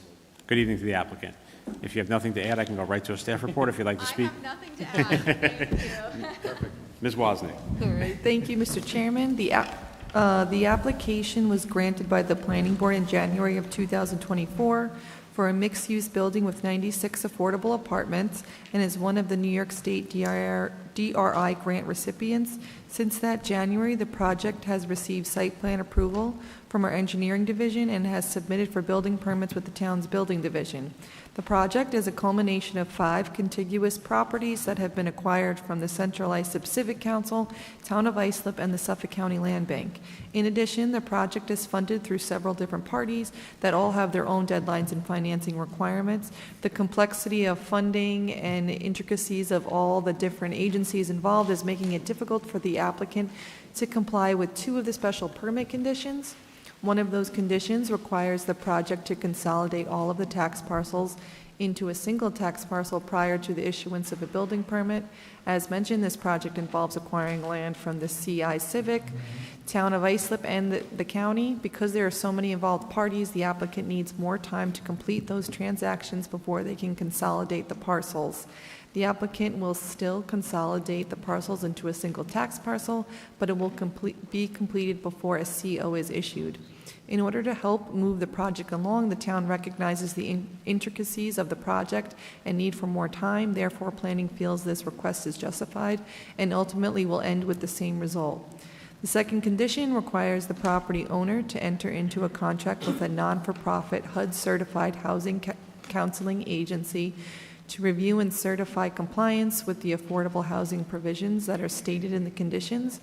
The applicant uses a New York State Homes and Community Renewal approved agency to handle the affordable housing compliance requirements instead. The HCR is a state-level affordable housing agency, unlike HUD, which is a federal agency. HCR uses the same income limits, which is set by HUD. Therefore, the tenants will all still meet the same standards and requirements as originally approved. The use of an HCR certified agency to provide for the compliance with the affordable housing provisions meets the spirit and intent of this standard condition. Therefore, planning has no issue with this change. So overall, based on the complexity of the project and timelines, planning recommends the board approve the changes to the conditions as they still generate the same outcome. Thank you, Ms. Wozniak. Any questions from Ms. Wozniak after that very, very thorough staff report? Not seeing any, is there a motion? Mr. Rulon, is that pulling the mic, told you to make a motion or no? Okay, I'll go to someone else. Who's making a motion? Mr. Moriarty.